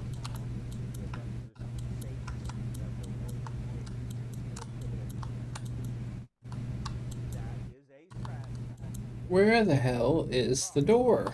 Our batting average at defending liberty sucks right now. As Americans, that's supposed to be our jam. You know, we hung the Kurds out to dry. It is our jam. Not right now, though, I guess. Ukraine and maybe Europe. So if you're Taiwan, the Philippines, Japan, Korea, Australia. Yeah, I'm gonna say that, like, and I love my Ukrainian friends, and I think that abandoning Ukraine is wrong, even in this type of strategic environment. If everything he was saying was true. But where is the administration's commitment then to the allies that we should already have, right? Like, if the goal is to gear up for some protracted conflict with China, why aren't we doing everything we can to shore up our alliances with Mexico and Canada or the rest of Europe? Like, there are ways that you can do this. Trump is a fucking moron. Setting on fire every single positive relationship you have. I don't see any benefit whatsoever to this. There's none. There's no benefit. If you're a dumb fuck American and you think that the president tweeting shit is just like epic and based and it doesn't matter, but to the rest of the world, your words matter. Words do matter. What you say matters, and how you treat people matters. And the idea that Absolutely. constantly chastise and scream at and belittle and patronize and condescend to all these European countries and then expect them to just be chilling on your side, like, these countries are all, for better or for Can I worse, not? they're all democracies. No, I'm full. And the people in these countries see those statements. You know, it might be that you think that, like, Canadians booing Americans at memes for Reddit, but remember, Canadians vote for their leaders. And if the leaders see that the population is not happy with America, and the population is voting on the fact that they're happy with America, then the leaders aren't going to do. All right, let's go check out It feels fucking retarded that Guild. I can't say this, but, like, yeah, you can't treat people like shit and expect them to stick around for you. True. Because right now it seems like the answer is no. Because if we can turn off weapons aid to Ukraine, we can turn Death sprites. Oh, I'm almost 300 and I get killed 200 more. Ammunition manufacturing, but. And alliances, they only work if we're consistent. The scary part to me is that I could see Europe or even Five Eyes countries Gain health every time you slay a monster. Ooh. Because they're afraid that this intelligence is What? either inadvertently or intentionally going to be leaked to Russia.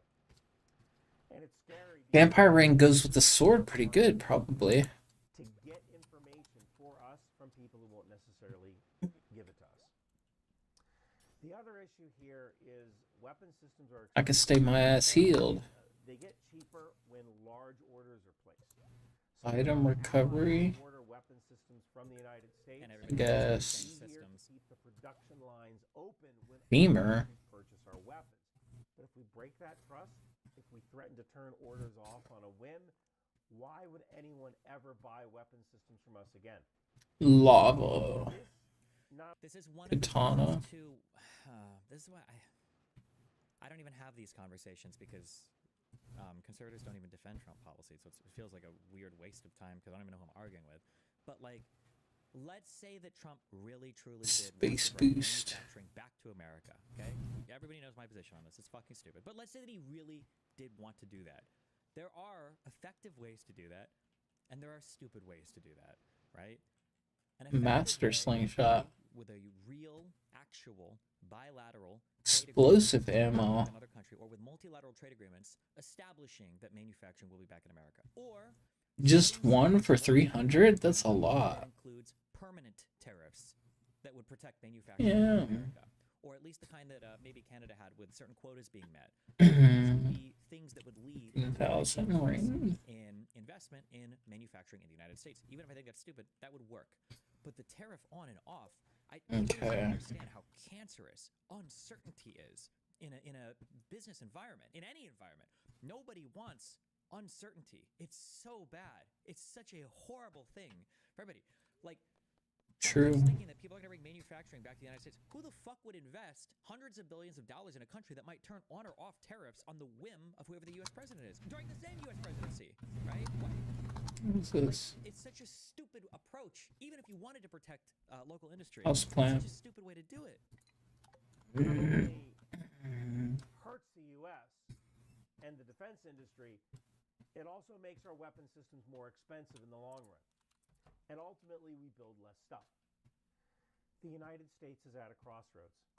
Are we the nation that stands up for liberty, or are we the nation that walks away when it's inconvenient? Because if we keep proving to the world that we're unreliable, that we'll cut and run when things get tough, why would anyone ever stand with us when we need them? Taiwan is watching, the Philippines are watching, Japan is watching, South Korea and Australia, they're all watching. They're all watching us. The moment they think that a deal with China is better than a deal with the U.S. Yep. If we keep signaling... But the problem is we take that for granted. We just take it for granted. Why would a country ever sign with China or fucking Russia over the United States? Why would you ever do that? Clearly nobody would ever do that, right? We just take it for granted. Because in the past, there really was no reason to. But you're giving people a reason to reconsider. And it's just unbelievable. For no reason. Nothing has happened. Unbelievable. Who's going to stand with us when we're the ones in need? Get my Intel Life t-shirt at Bunker Branding. Got hoodies there too. Thank you for watching.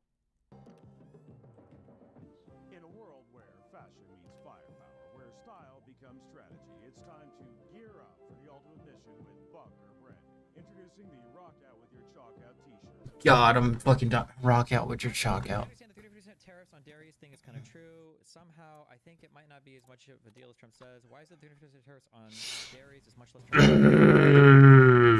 I believe that the way that it works is in some markets, what you do is Targeted bait. in order to make it so that your local manufacturing is Milk and cheese. I don't have any cows. a quota set so that if so much of another country's exports are taking over a part of your market, then you start to bump tariffs up in order to make it so that your local manufacturing or your local production I need is alive, basically. some allergy medicine. The U.S. hasn't tripped any of those quotas at all for Canada, so there is no 250% tariff right now on dairy for anything in Canada. But some people will have things that, like, let's say that you're starting to import. I'm in guesswork here, but my guess is, let's say that you find that you can import every single year all of your dairy from the United States. Well, your own dairy manufacturing is just going to stop. Your farmers go, okay, well, this is fucking retarded. Why the fuck am I going to bother making anything? But then let's say there's a year or two where there's like a dairy. Well, Canada can't just spin up a dairy industry immediately. Now they have no milk at all. They have no dairy products. They're fucked. Now, these types of tariffs that are like quota based, they were already negotiated with Canada. Like, this was part of the U.S.-Mexico Canada trade agreement. We'd already negotiated these. We were fine with these. Trump already negotiated these. These were fine. They were already built into the Trump. Like an automatic 250% tariff. There isn't an automatic huge tariff on all the dairy stuff. These were just quotas that if they'd imported too much from the United States, they would eventually turn on.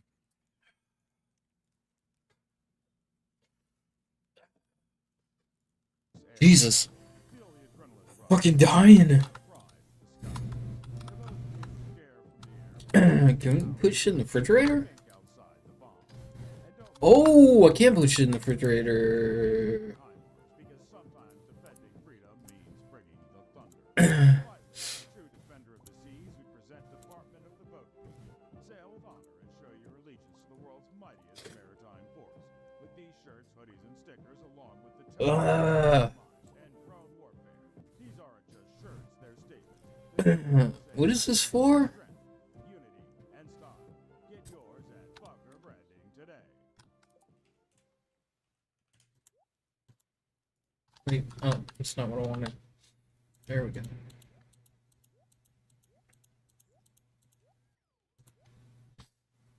Refrigerator.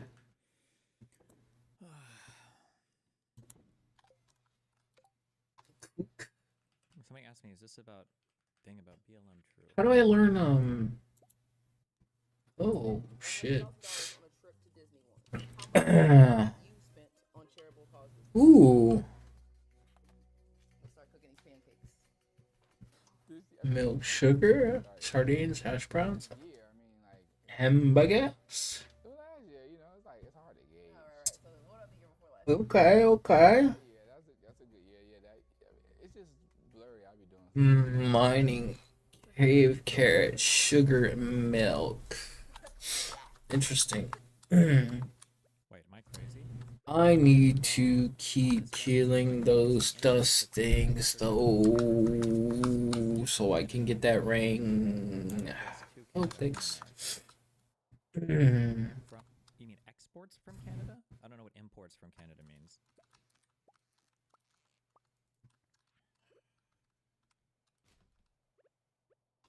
At Destiny, the quota applies to Canadian dairy farmers too, which results in extra dairy products being disposed of and wasted needlessly every year. Complete free trade in our dairy market would not eliminate 100% of our dairy market. My understanding is it's very common. I think in the U.S., I'm pretty sure we do it a fuck ton as well. That the government always subsidizes local agriculture to some extent, such that there are usually wasted products. I mean, is it a lot or too much? Maybe in the U.S., I've heard that argument that it's too much, that farmers lobby a little bit too hard for it. I don't know what the actual answer is there, but I think it's pretty ordinary that. What? I think it's pretty ordinary that. Gunther. A decent amount of agricultural waste because it's subsidized by the government. I'm sure the agricultural industry is always like living. Oh, coconut, no.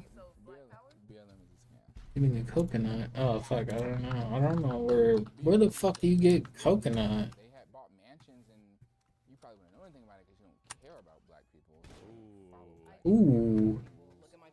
She don't care about black people. It's a disguise. Literally the most pro-black person in this room. Because you have an all-white staff. They're not white. They're POC. Thank you. What? Don't laugh. I do have a gay, so I also am. Gay? The BLM org was a massive scam. That is true. It's pretty fucking disgusting that they did that. Those people should be.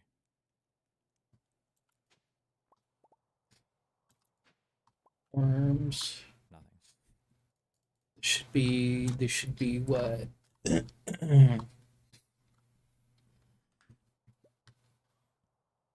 They should be subscribing to my channel. That's what they should be doing. Don't be stupid.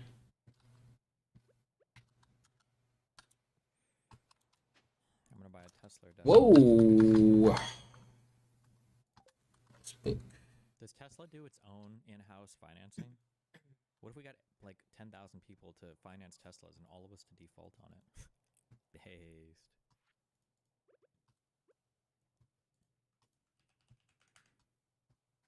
Is What is the right logic behind the stock market being a short-term loss in order for long-term gain? I keep hearing this talking point, but with no explanation. Bro, they can explain anything they want. It's just gonna be like. I've got the urge to make famous giant omelet, but I'll need 24 eggs. It's just no matter what happens, there'll always be. Do I need to collect them? But the eggs. Gather 24 eggs. No, change your mindset. That was BLM. No Why do I gotta gather them? Why can't it just be shit that I already have? So BLM is exactly what is left over. The way that I heard this explained, I don't know if there's ever a consensus opinion on this or not. The way I heard it explained is you don't want leaders now in movements because the more decentralized they are, the harder it is to assassinate a movement based on What is this book? actually assassinating or character assassinating like a leader. Like if you get a leader to some movement and then it turns out that oh well, that leader's a rapist or something. Now your whole movement is kind of fucked. How the fuck do you read this? I don't know if I don't know if all the black people like took a vote on that for BLM or the white. Use fertilizer to improve quality. Spread or commonly held belief. That's how Antifa operates. What? Who? Oh, the people from 2016. Hang on, what is going on here? Looks like this place has been shut down for months. They catch so many fish. Takes forever. You must make the choice to become a true fisherman. Over time, your fishing speed will increase. You'll be saying that improving my fishing skill will make me fish faster? Correct. One day you may even learn the secret to creating your own bobbers, improving your mastery. Oh, okay. I've been a fan of Asmon's content after the ban. I noticed a shift in his political views towards the right, the far right. Find it harder to connect with him now. Could you reform him? Any ideas? Reform him. Intentionally and deliberately avoided any conversation with me for a long time. That will never happen. I just don't think he wants to be challenged on it. Also, there is a massive, massive, massive reward right now for him having the beliefs that he does. So the idea that he would change up for any reason, bro, I can't even imagine. That guy's making 7 figures a month right now, probably.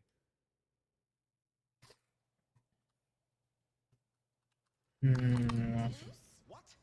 How could they do that? That's insane. I guess it was either that or raise our taxes. What? Raise my Come on, how much do these cultures need? I already pay a ton. Hey, here we go. I guess they're gonna have to shut down more of these places. What? Shut down more of these? We gotta have somewhere to send our lunatics. Well, then we're going to have to pay more in taxes. What? I'm not paying more in taxes, D. I won't do it. Don't speak of it again. Can't have Pete wandering the streets. I don't want him near me. We gotta get him sent somewhere. Right. Oh, what about that nut house in Westchester? Says that one's been shut down. Oh, come on. I pay so much money in taxes already. Where's that going? Well, they use that money to open up the Eagles' new practice facility. That makes sense. That's kind of a no-brainer. I mean, can't have our guys out there twisting ankles. Yeah, man of Shady McCoy's abilities. He needs a Ooh. Gotta get our maniacs and green set up in a nice facility. Sophie's choice, huh? Ooh. Go birds. Sophie's choice. Go birds. Go birds. Economics at all. He was on Purist with Dave Rubin and did a great job keeping them on topic and from into culture wars talking points. Don't watch yesterday's stream. Oh man, right now there's 100 Destiny fans and they just woke up from a 48-hour coma saying, what year is it? Oh, it's March 12th? I can't wait to watch Destiny, my favorite streamer, go over my other favorite YouTuber, Gary's Economics.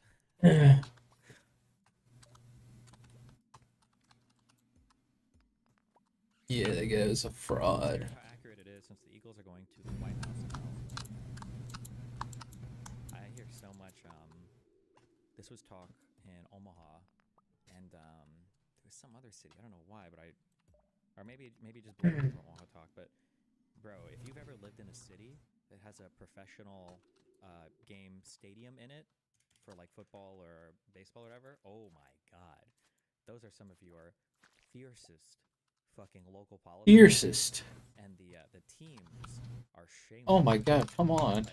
Like, hey, we want to have like a $50 trillion stadium in your, Midwestern city. It's like, oh yeah, cool. That's awesome. It'll bring a lot of business to us. Like our people love sports here. Based in this city, yeah. And they're like, okay, cool. But we need you to pay for it completely. And it's like, us, you mean like us, the city, pay for it? Or you mean like subsidize? No. Like you guys have to pay for it. Well, but aren't you guys like, you're the ones that have the teams there. You guys make all the money and everything, right? It's like, you're not going to pay for it. We can find someone else to just pay for the entire thing. It's like, well, that seems a little bit cucked now. Hold on. Go talk to indeed. Well, okay, well, hold on. Oh man, those conversations were AIDS. To be fair, I wasn't Vyvanse back then, so I didn't dive into the specifics of it, but those were always like the most heated local fucking politics debates were who's supposed to pay for stadiums, because cities apparently get mad because they have to subsidize it, but then business owners argue, well, it brings in a lot of business, which it does, but then people are like, well, but the owners of the teams and everybody, these guys are making money anyway, why can't they chip in? And it's like, well...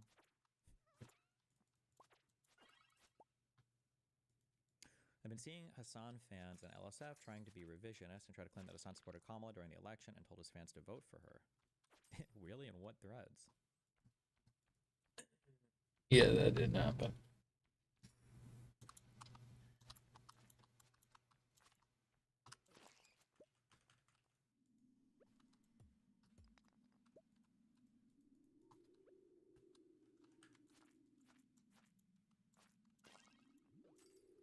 Oh, right, Flash. According to Agriculture Canada, 15% of our total dairy market is imported, which means I have to pay higher prices so cows can be jerked off by Canadian dairy farmers. Why would you automatically assume that it costs more to buy local dairy in Canada than it would to import it? Importing is going to be there's going to be a bit more cost incurred because of transportation costs. You don't think it's possible that Canadian local dairy farmers are competitive when you consider transportation, or? Alright, find this fucking door. Taiwan is expected to be invaded in 2027. Is America genuinely going to contest it? Would that not just escalate into a world war? Surely that's what Trump is supposedly against. I don't know why we think that America is going to intervene if Taiwan is invaded. But that just might be a foreign politics issue that I haven't dug enough into or I don't understand. Because it feels to me right now like America is doing every single thing it can in order to be independent and not need Taiwan, right? That's why we're trying to onboard all of our own chip manufacturing and everything else and getting big investments from TSMC and whatever so that we can make it on. We don't have to worry about Taiwan. True. Fuck Taiwan. So.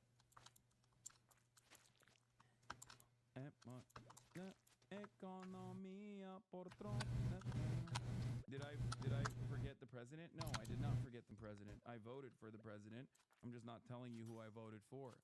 I am not going to influence your opinion in any direction unless it is to vote por Trump, in which case I will tell you not to do it. Anyway, what? I'm shaking and crying right now. It's disgusting that you're calling him by that last name. You should be banned on this platform forever. Hashtag justice for Adam. Will you tell us after the election is over? Maybe. Anyway, where is it? Take a photo of it. You know what? I'm gonna take a photo of it. And one day I'll release it to the world. It's just so crazy to me, dude. The left is so fucked. Oh my god. Why would TSMC want to invest in the US knowing that they're taking away the leverage that... Where did the skull guy come from? What the fuck? I mean, is TSMC owned by Taiwan, like the government? Or is it just purely a... I don't know how they structure their business over there, but if you're like the company and you're the owners and everything, you don't give a fuck about Taiwan. You just want to make your money. If moving to the US does that, then...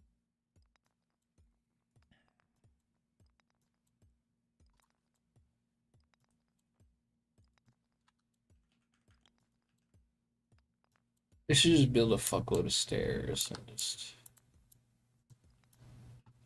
look for those goddamn things. Stop fighting all this shit.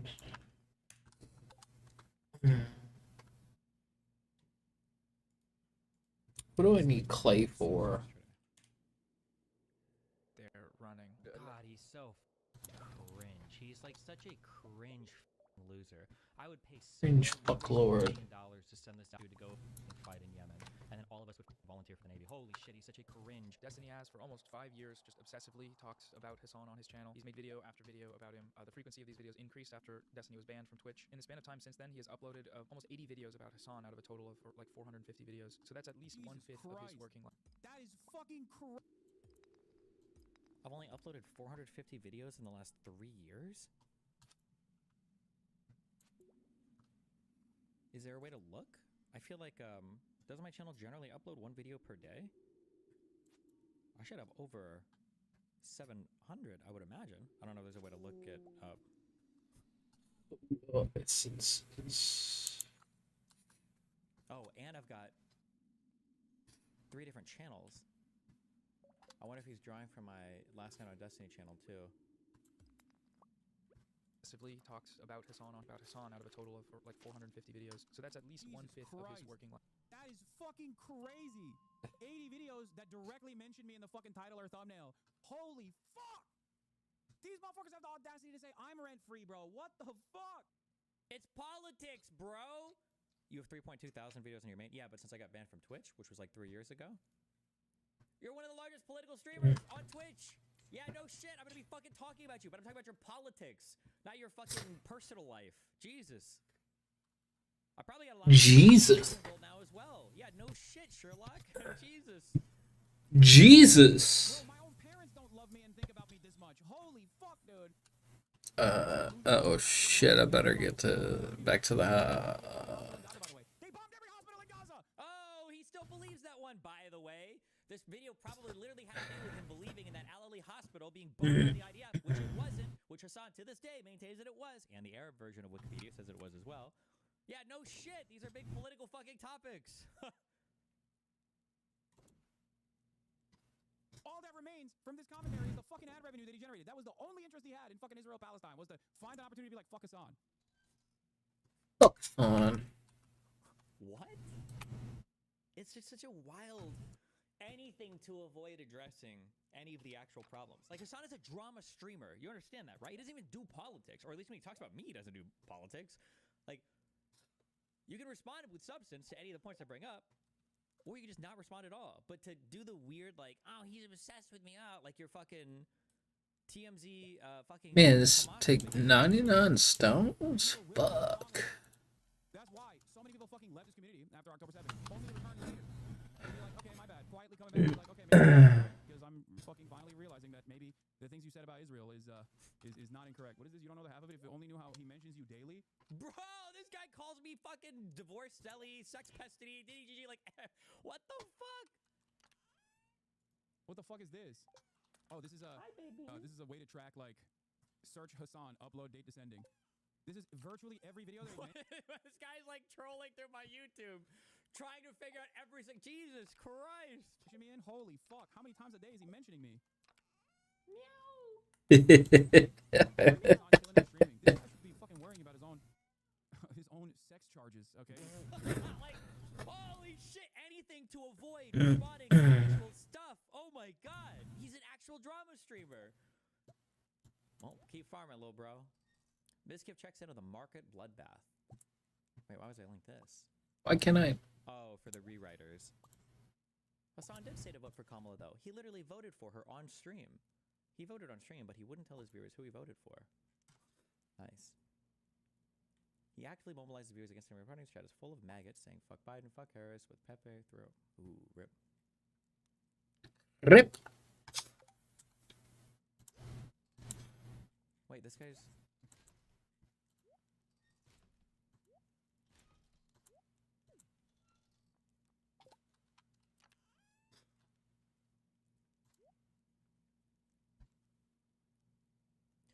Leading up to and after the election, he has provided coverage every day of both parties' candidates and platforms, whether you like him or not. And let's be real, you're a Sex Pestiny fan.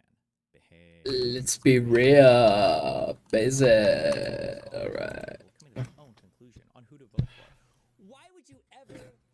What an unbelievably stupid statement to make. Unbelievably stupid. Viewers to think of who they want to vote for on their own. Why the fuck would I be a politics streamer if not to try to influence...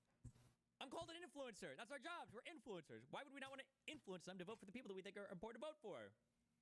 Jesus.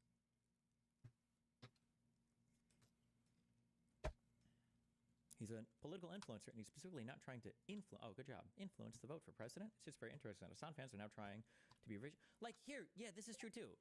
If you want to say this, well, he just wanted to let them decide on their own, blah, blah, then fine. But don't say, he did say to vote for Kamala, he voted for our stream. Then don't say that. You can't live in both worlds, my friend.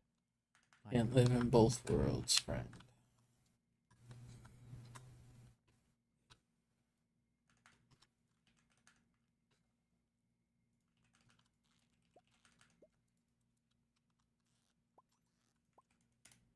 Also, God, I'm so sick of winter.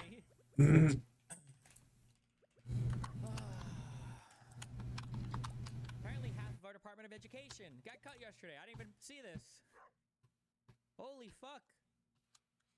The U.S. Education Department announced Tuesday that it is cutting nearly 50% of its workforce, as President Donald Trump has proposed eliminating the agency altogether. I thought that they weren't allowed to do this unilaterally. Don't they, in order to do these big employment... Looks like they can. Fuck, what's it called? Not shuttering, not drawdowns. There's a name for... Like, I think to even fire somebody...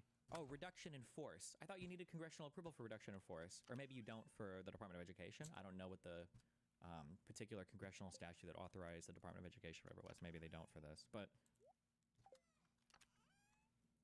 just as a reminder, not that you give a fuck, or not that any conservatives actually care, but just a reminder, the federal government does not create curriculum for any public schools in the United States for K through 12. And not for college either, but just specifically for K through 12. The federal government doesn't make curriculum. They don't. They don't. So if you are happy that the DOE is going away, they don't, or is getting severely reduced because you're worried about curriculum. That's not on the federal government. Federal government doesn't dictate curriculum to schools. What you're going to do is just get less money now for your schools, which I guess is base. So yeah. Why does it feel like Trump has so much power compared to Biden? Because Trump is not trying to govern. Trump is trying to be a dictator. So Trump is doing everything he can just through the singular department of the executive. And he has no concern or care whatsoever for the rule of law. So he's just, whatever he can write down, whatever he can get the executive to go full steam ahead on, unilaterally, that's what he's doing. He has no concern for governance whatsoever. We don't care about the law. We don't care about good governance. You can try to push a lot of shit through, I guess.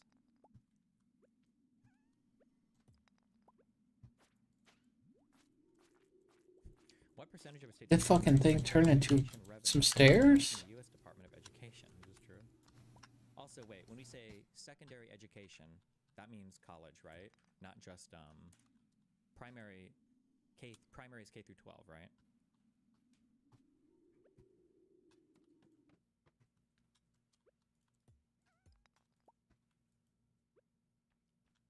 What percentage of a state's primary and secondary education revenue comes from the U.S. Department of Education? Red dots represent states where Trump won the majority of the electorate. Diamonds.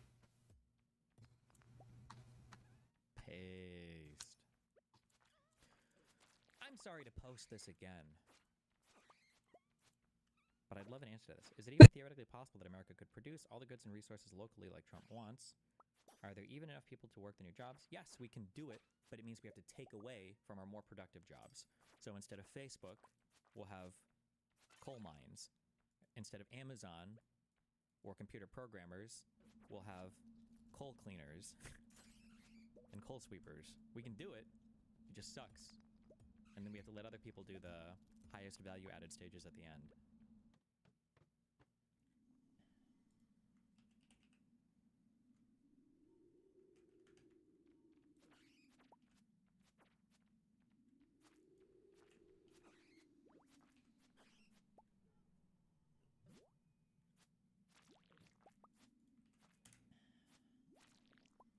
Today, Destiny was watching a video with a scumfuck trying to pretend like she cared about Democrats or combating fascism that has come to the US. He criticized her for not endorsing Harris. However, this is a very big understatement.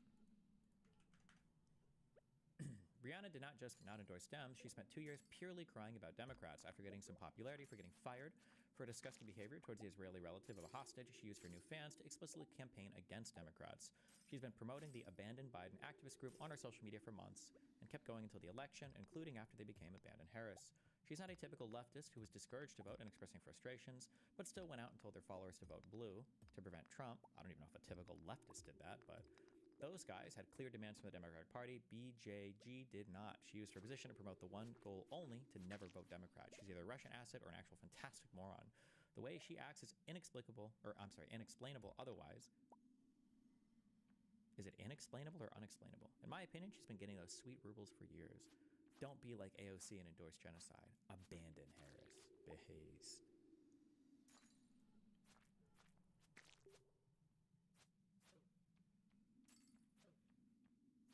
Pisco debated good logic on Columbia student deportation.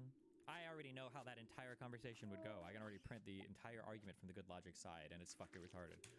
My guess is his entire argument was the reading of the statute. If you read the letter of the law, the president technically has the authority to deport people that are supporting terrorist groups. And he's going to say, in that case, every single one could be deported, which is that's such a ridiculously horrible idea, given that Hamas is the actual government in Gaza. It's just such a stupidly, ridiculously stupid stance.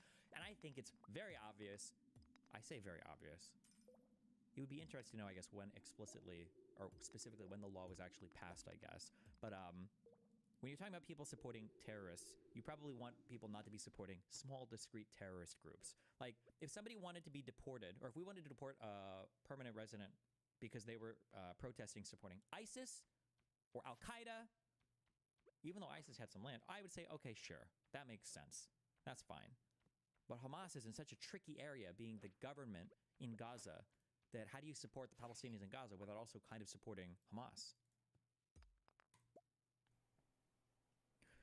From Hassan Viewer to Asmund Rocher, now I'm a Destiny chatter. It took me 5 years to have my brain develop. I guess question what you hear and research it.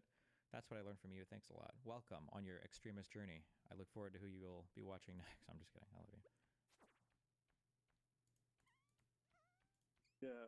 Well, I mean, I never really thought of Trump as being a constitutionalist per se. I don't think he ever was a constitutionalist. Per se. What the soft language! It's such a soft. Like, when you say that, do you think that Harris or Biden support the Constitution? I never really thought of President Joe Biden as being a constitutionalist per se. Motherfucker, Trump has never read a single word in the Constitution in his entire fucking life. Okay? Mm-hmm.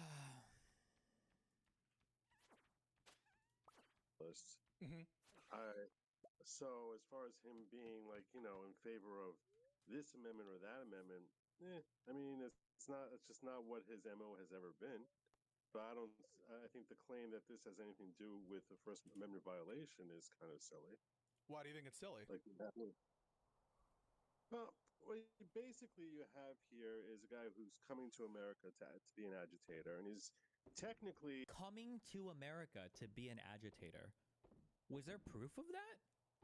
Like, he was sent here, or he came here with the explicit goal of just being a pro-Hamas? That's a lot of work for a green card?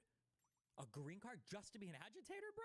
I don't even think did the Al-Qaeda hijackers, did those guys even have green cards, or were they here on visa? I'm curious. What's happening? Wait, they had passports. Those guys What's this? Aliens? Right? They might have been U.S. citizens. Okay. 9/11 hijackers. Hold on, I'm curious. How many of those? Damage.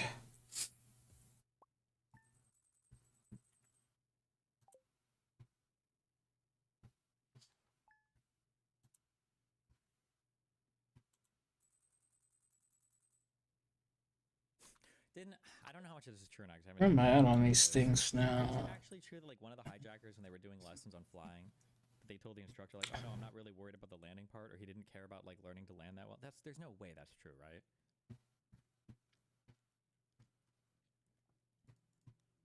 I don't remember. I feel like I heard that before.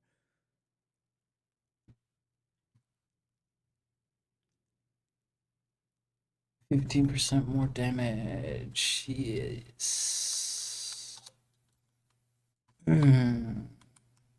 I'm strong and getting stronger.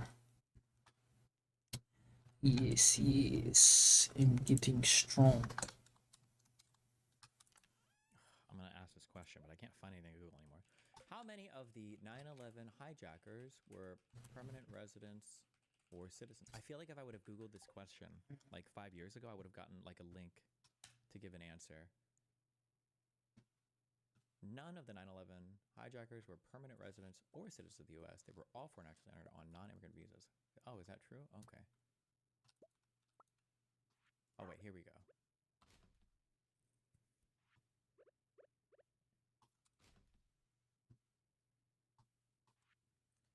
Ducky. Hold on, here, foreign nationals in the U.S. Okay, so none of them had green cards. All right, I'm just curious. In violation of regulations that would enable him to obtain a green card. Now, does that mean you can meaning I'm referring specifically to 8 U.S.C. 1182 A, which says that individuals who engage in the actions of endorsing or espousing terrorist activity, which he is on tape, he's on video doing, that they're ineligible for a green card. Someone can make an argument and say that there's a difference between being eligible for a green card and stripping a green card away, and I think that that's a fair distinction. There's still so many fish. Meaning, if he had conducted that activity before getting a green card, in that case, that would be a basis to deny him one. One could argue that's not a basis to strip him of it. So, strip him. I think there are two different laws that go over the difference between what can cause a denial of a green card and what can cause a revocation of one. But I think that you can say he's pushing that regulation. He's giving it a new layer, saying not only is it a basis. Also, can I just for a microsecond, and I understand, okay, I get it. Let me take a brief moment. I get it, okay. They're Muslims. They're scary. Brown people, okay. Confusing names. I get it. Okay, I do get that. However, these are our like First Amendment free speech fucking warriors, champions. Okay, our free speech warriors and champions, and you're gonna tell me Champions. that certain types of protests, like I'm fuck. Do I want to make this assumption? I'm trying to think if I've debated. Has Good Logic given an opinion on like the J6 people? I'm curious if he defended the J6 people being pardoned, or if he thinks that that should have all been like freedom of speech as well, or whatever. Or if he was a guy, yeah, like these are some of our usually conservatives are like our biggest freedom of speech offenders when it's about them. But now for this guy, supported Hamas. Get him out of here! Deport him! Get him out of here! Okay. To keep someone from having a green card, but it's also a basis to strip it away. Which that's a question really more of immigration law than it is of First Amendment rights. Oh my God! Well, what do you mean? So, I mean, can we interrogate that just a little bit? So you would agree? Activity or criminal basis of deportation, so we can ignore that for now, right? Right. If there was a criminal case, he would have been charged. He has been criminally charged. Right. So let's just focus on these security-related, terrorism-related bases of deportation. Now, I think that you would agree that there is no evidence that he himself has engaged in terrorist activity. Fair? I haven't seen any. No dusty guys in That would here. also be a crime. He's not been charged. So Right. I would assume that would also be a crime. That would be a crime because terrorist activity, as defined in the statute, usually either maps onto the place of where the jurisdiction is, or to the United States or the states. So I assume it would be a crime as well. We're only talking about the basis of removal here, either this kind of determination made by the secretaries that he's a national security threat, or that he is a representative of an organization that endorses or espouses terrorist activity. I'm going to assume, for the sake of this argument, no, not part of an organization that he himself individually has. Okay, that he he's going out. He's going out and cheered and trumpeted October 7th. Which That's speech. Certainly a terrorist activity. Speech. I'm not sure if I speech. For it to be duplicated, but basically he's been very open in displaying his endorsement. Also, real quick, this is also why I don't believe any of you motherfuckers, and I don't give any credence to the motherfuckers that they're like, Europe doesn't have freedom of speech, but America does. It's like, what is freedom of speech? Oh, you should be able to say anything you want. But all of a sudden, whew, you better fucking believe that like Muslims are involved or certain groups are involved. Well, now all of a sudden we gain a much more nuanced and three-dimensional view of what freedom of speech actually means. Well, hold on. True. He is cheering for something that was a terrorist attack. Should that really be a protected thing? It's like, what? He's not even doing a crime. Of the events of October 7th. I'm going to assume for the sake of this argument that Freedom of speech. Ooh. Support for, endorsing or espousing terrorist activity or support for a terrorist organization in Hamas, right? So for the purpose of this conversation, I'm assuming that that's been established, okay? Okay, great. So don't you agree that I'm a motherfucker. the United States, as to a citizen, and we'll get to the green card holder, as to a citizen, the First Amendment protects our right to endorse or to espouse or agree with the morality of October 7th. The First Amendment protects that speech or belief. Absolutely. 100%. Yep, 100%. So, and the actions too. No? Well, I'm Pisca's building the argument. Sorry, I'm just being unhinged. But like, as an American citizen, it's not illegal for me to say I think October 7th was fucking based, okay? It's disgusting, as everything fucking Hassan says is, and it is disgusting. That's your First Amendment right as an American citizen to say that stuff. Of course it is. Abso-fucking-lutely, that is your First Amendment right. If there were a law that restricted access to certain government benefits under established First Amendment principles on the basis of your support for October 7th, that would be problematic from a First Amendment perspective. Fair? One more time? I want to make sure that if the government, say, for example, imposed some kind of burden on you or tried to charge you based on your First Amendment belief that and statement that October 7th was justified, would have problematic implications from a First Amendment perspective. Obviously, maybe it's different when it's like you're a government employee and you're fired, or you're like in a school, right? So I'm just trying to incorporate whatever First Amendment principles tend to apply to this specific belief, which is support for October 7th. Also, my subreddit mod is saying this. This is also scary too. Think about the implications here. Scary. Because remember, and I'm going to keep reiterating this, okay? Terrorist groups are weird today because in the past, we typically did think of terrorist groups as like non-state actors. They're not really people that hold lands or do governments. They're just like small groups of crazy radical people, or large groups of crazy radical people. But they're not like administrators to states, okay? We live in a world now where, okay, Ansarullah, which is Sorry. the formal name for the Houthis, I guess, or because I think Al-Houthi, I think it was a family, so Ansarullah is like the name of the group now, I guess, or the government, right? This is like a government of northern Yemen, right? Fucking dying, man. Well, the president has now designated the Houthis as a terrorist group. So now if I'm out there protesting in favor of Yemen or the Houthis in Yemen, that also means I can be deported if I'm a green card holder? Like, how many people could he designate as foreign terrorists? What if the relationship between Ukraine and the United States deteriorates so much that Trump designates the Ukrainian government or the Azov battalion as a terrorist entity, right? Could you be deported for protesting in support of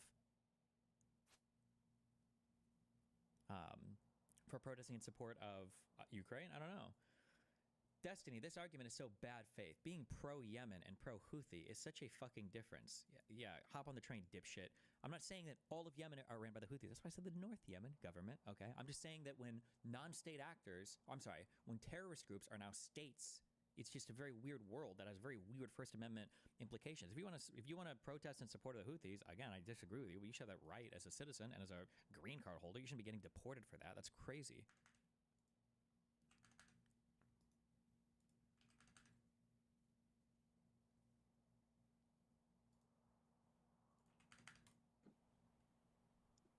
So you're saying basically the government cannot pass a law that would burden you for espousing values that they disagree with. Right. Is that what you're trying to say? Yes. Okay. I mean that's part of the First Amendment. I agree with that. So now we have the question is like, okay, he's a green card holder. I mean, philosophically, I think the notion that our civil rights, and this is something that I recognize the Supreme Court has disagreed with me on this, but I think philosophically it's wholly illogical to assume that civil rights should apply in any way, shape, or form to people who are not citizens of the United States the way they would apply to citizens. Seriously, permanent residents don't have any rights afforded to them, or they have a different set of rights afforded to them? Come on, really? Seriously? Really? We're going with that one? Okay.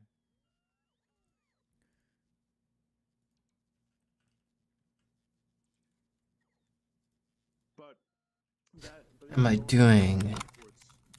Perspective on it rather than mine. You think a non-citizen should be able to be tortured? Or even Antifa ever designated as a terrorist group? Can Trump designate local people, domestic people as domestic terrorists? What's it gonna do here? Like, what if Antifa was designated as a terrorist group? Now, if you're a green card holder, you could be deported? Like, that's just crazy. Under the Constitution. Oh yeah. I want to check on upgrade. Well, actually no. I almost have 10,000. I need to upgrade my pickaxe. Excuse me. What do you think? That's how laws are written. Yeah, of course. What is the max? What is your limiting principle in this law? Like, how much could this be abused? Like, what do you mean? Well, what I'm saying, I don't think that you want to tell me that torture is unethical. That's one thing. That's very different from saying that there's the same protections for free speech, for the right to have a gun. I'm saying all the other elements. Sorry, go ahead. No, I'm just saying, like, you're trying to give the most extreme example, and I don't know. I mean, there could be specific regulations that America might, as far as an issue of morality, come to a conclusion. Second, a video. Oh, these berries are worth a little bit, huh? Oh no, it was just berries. Oh, it is the berries. Crystal berries worth a little bit. There you go. Fishing. I guess it's the same size. Fuck it. Oh, crawfish are worth a lot. There you go. At least 20. Appropriate to extend certain levels of cruel and unusual punishment with respect to people who are non-citizens. And alright, so how much gold do I need? Like 10 bars maybe? Well, I think the Constitution is clear when it's giving rights to citizens as opposed to non-citizens. So, for example, it says the right of the people to keep and bear arms shall not be infringed. It says, as opposed to other places, in the privileges or immunities clause that specify the privileges or immunities. The lefty quoting the Second Amendment to me is.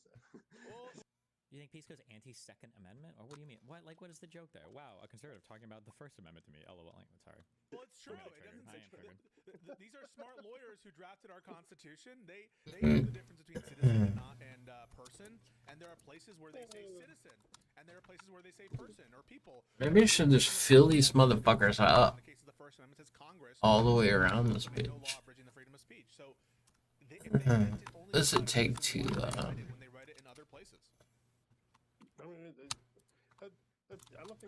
don't think it ever was considered to apply to them, because they're making a constitution for the citizens of the United States. It's by the people, other people. what does it take to make crap? Yeah, the people who are citizens of the United States. It's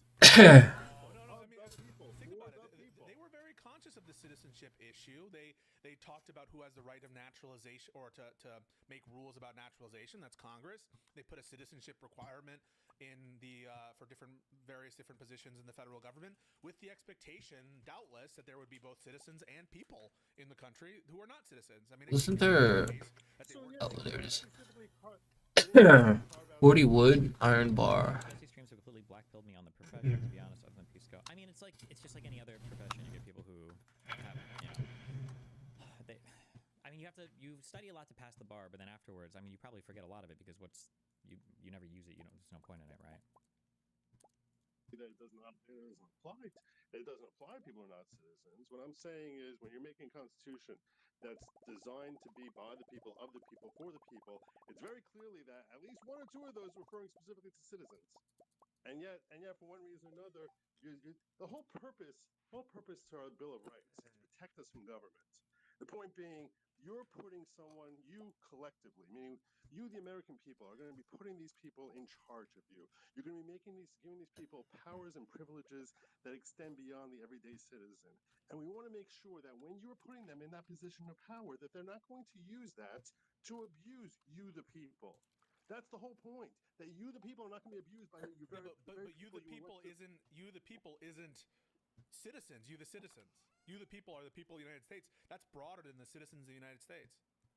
Of course not. Who's electing them? The point is, when we're putting you in power, we're not giving you jurisdiction to have an illegal search and seizure. We're not giving you jurisdiction to have cruel and unusual punishment of the people who are putting you in power. But to say that the American government should be hamstrung compared to other governments, and basically say, oh, we're going to have the exact same civil liberties for anyone who's a non-citizen, even though if you were an American and you went to a foreign country, you wouldn't be getting those civil liberties from that government, but that we're going to hamstring our own government. All right. That was the comparison?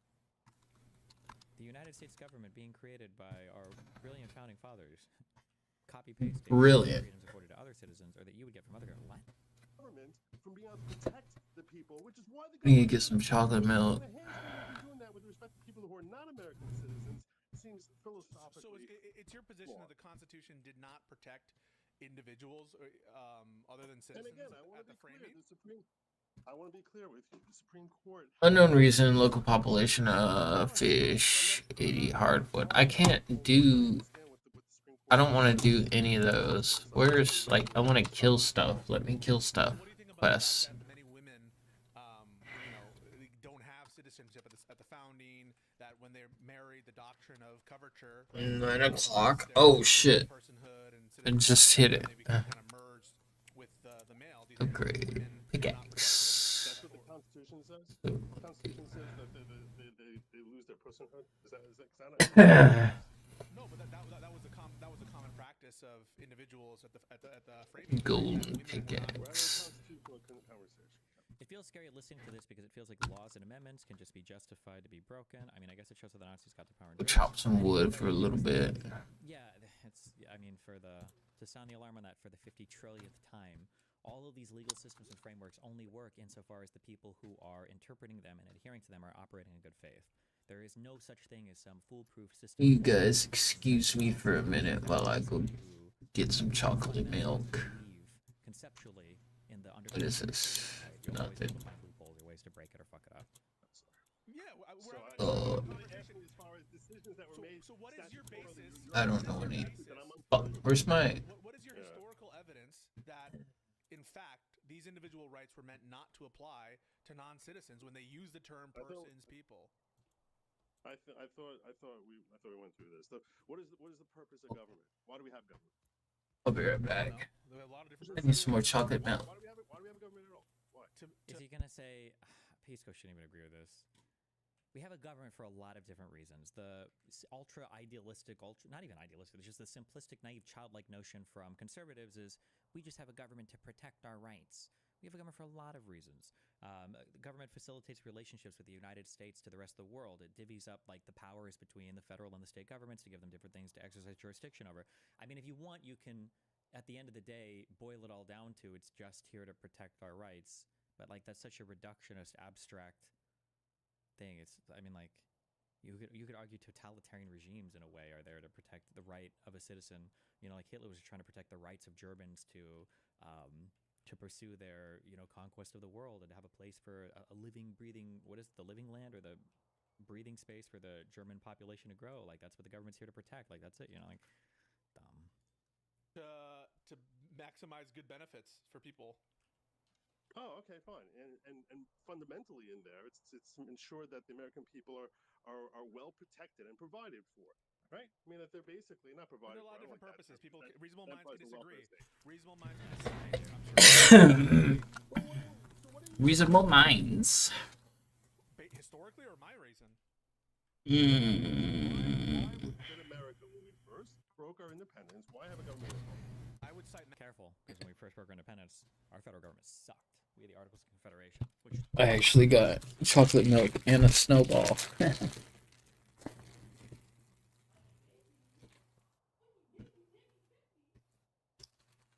Oh, it's so good.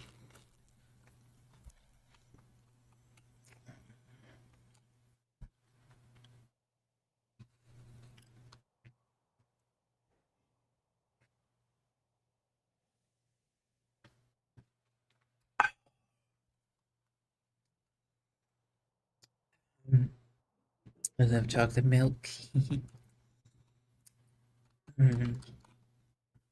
Oh, I was going back to the house. To chop wood.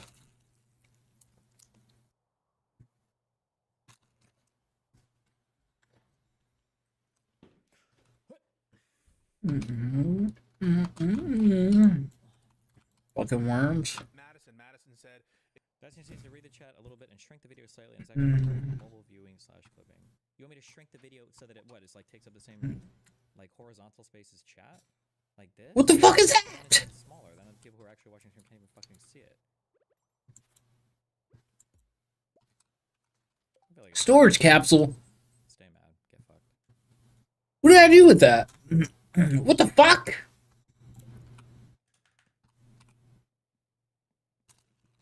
If men were angels, no government would be necessary. That's my, you know, the fact that men are not angels. So exactly. So it's to protect American citizens from the non-angels, from the demons. I didn't say that. I didn't say that government. You just is made quoted Madison. Wait, you just quoted Madison. I just quoted. I didn't pick Madison. You gave me a quote I didn't know before. Does anybody know what the fuck this is? Who said if men were angels, no government would be necessary? What do I do with that? Okay.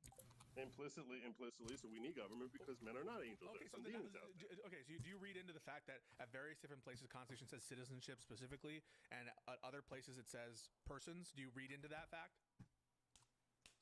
You want to sit there?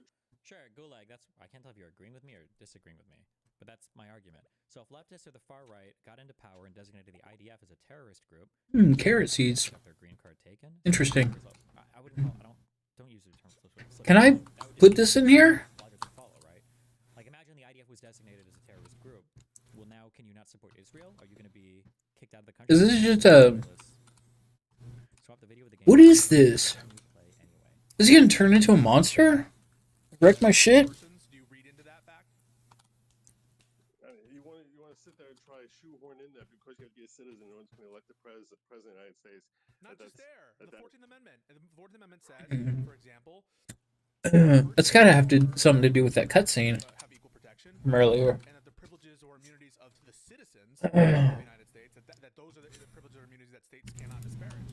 So it seems in the very amendment, the 14th Amendment, let's say, No. was one example, there's an No. that citizens No. are coextensive with personhood. Oh, full up, huh? Is specifically addressing the issue of citizenship. That's why it was drafted. So at that point, now I'm actually curious with the 1 to 2 balancer you have on your bus. I'm trying to take a screenshot of it. What are you talking about? You mean stuff like this? This balancer exists so that one lane on the left or right, like one half of the lane, doesn't get fully occupied, and then the other half can't, like imagine that this is full of stuff on the left, okay, and then it hits up on your Full left of because stuff. it's being sucked from some other thing up there, right? All this does is it makes it so that both sides of the belt can constantly deposit onto a single lane to fill up a lane. I don't know if that made sense. I suck at explaining that.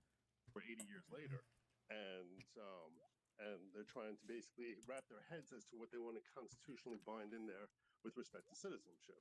So that's not really the same thing as the Bill of Rights, right? Well, I don't know. The First Amendment seems to have an implication on the Bill of Rights. You seem to think, for example, there was no one alive. Wait. There So was the no one alive. None of the drafters and founders were alive when the 14th Amendment was written. Can we agree on that? Agreed on that. But you seem to think, for example, that it would be against the First Amendment for states to infringe on free speech. Fair? Clearly says Congress Fair. should make no law abridging the freedom of speech. That's right. So clearly, that's right. Oof. Wait, which amendment? What's it called? Incorporation. Constitution amendment. Isn't there an amendment that incorporates a lot of the federal stuff into the? Oh, I think it might be the 14th.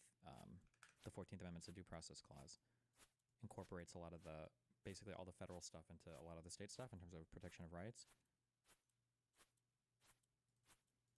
14th Amendment affects the First Amendment. It was refined over time. Look, you don't need to prove to me that non-citizens have Bill of Rights protections. I already conceded the fact that the Supreme Court has recognized it. But you seem to be. I'm not sure about that. I'm not sure about that.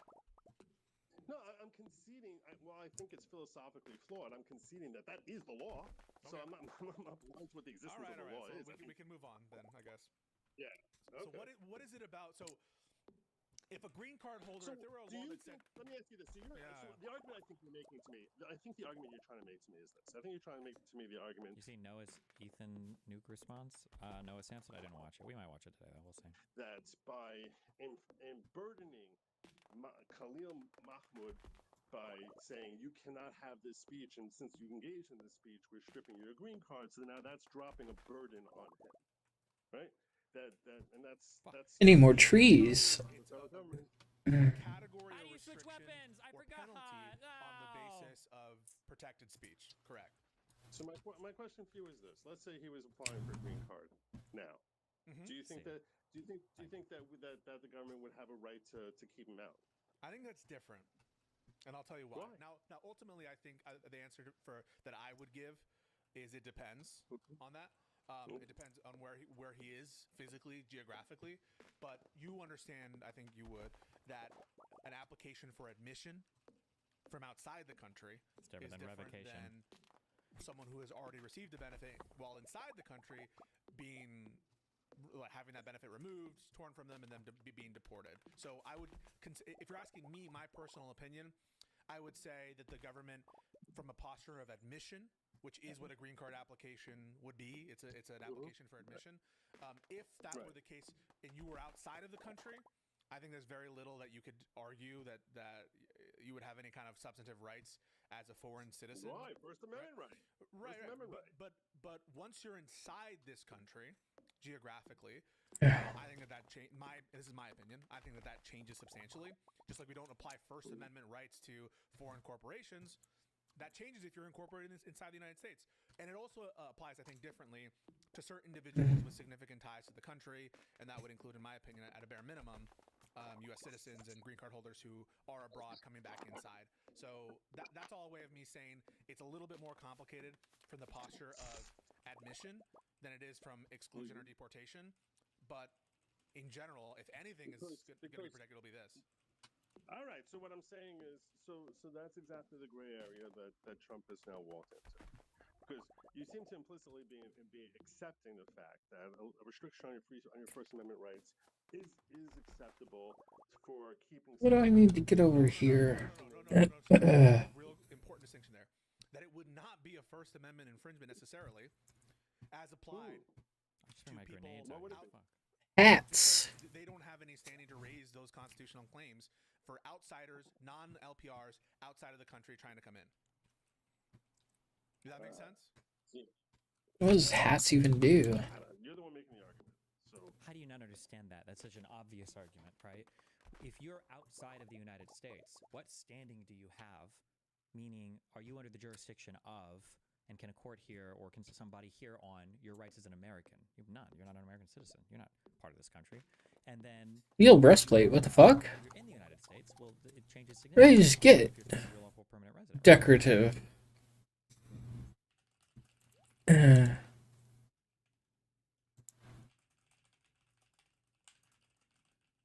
Radium energy. Actually, that's kind of cool.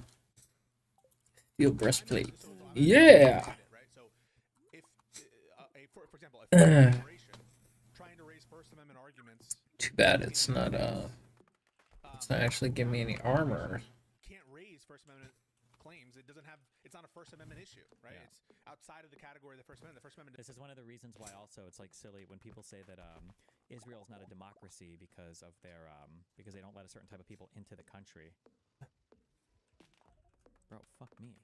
How you run your immigration policy has nothing to do with the people that are inside of your country. These are like separate things, you know. Like the United States has restrictions on how much from a certain country. Jesus. People are allowed into the country, right? Like you wouldn't, like ethno-states are usually showing preferential treatment to different ethnicities inside of a country, not just determining how you run your immigration law. It doesn't extend beyond the borders of the United States towards to foreign entities, for example. I would caveat that with respect to U.S. citizens and LPRs that U.S. citizens and LPRs from a foreign posture coming in might have a different standing there, but I'm willing to look at accept. you being so fair, Citizens United. Here we go. What's that? Yeah, wait a second. So you're making a I think that this is totally. I think this is totally reasonable that there are some groups of people in the world for whom the First Amendment does not apply. I think you agree with that. Of course. I think we may apply it too broadly as it is. Okay, but the difference is for LPRs who are inside the country. Oh shit! I better get back. Absolutely does apply. We're in a different world, just like the due process clause doesn't necessarily apply for people who want to get hearings outside of the country trying to come in. That might be a matter of grace for America to do. But once you're inside the country, you're entitled to procedures, especially if you're an LPR. If they're going to deport you. You're saying you're entitled. The term LPR that you keep using, what is that a reference to? It's okay. You don't have to know every. Tired too. Whatever, I guess. It's weird not to know it in this context. So LPR is lawful permanent resident, as a green card holder. That's.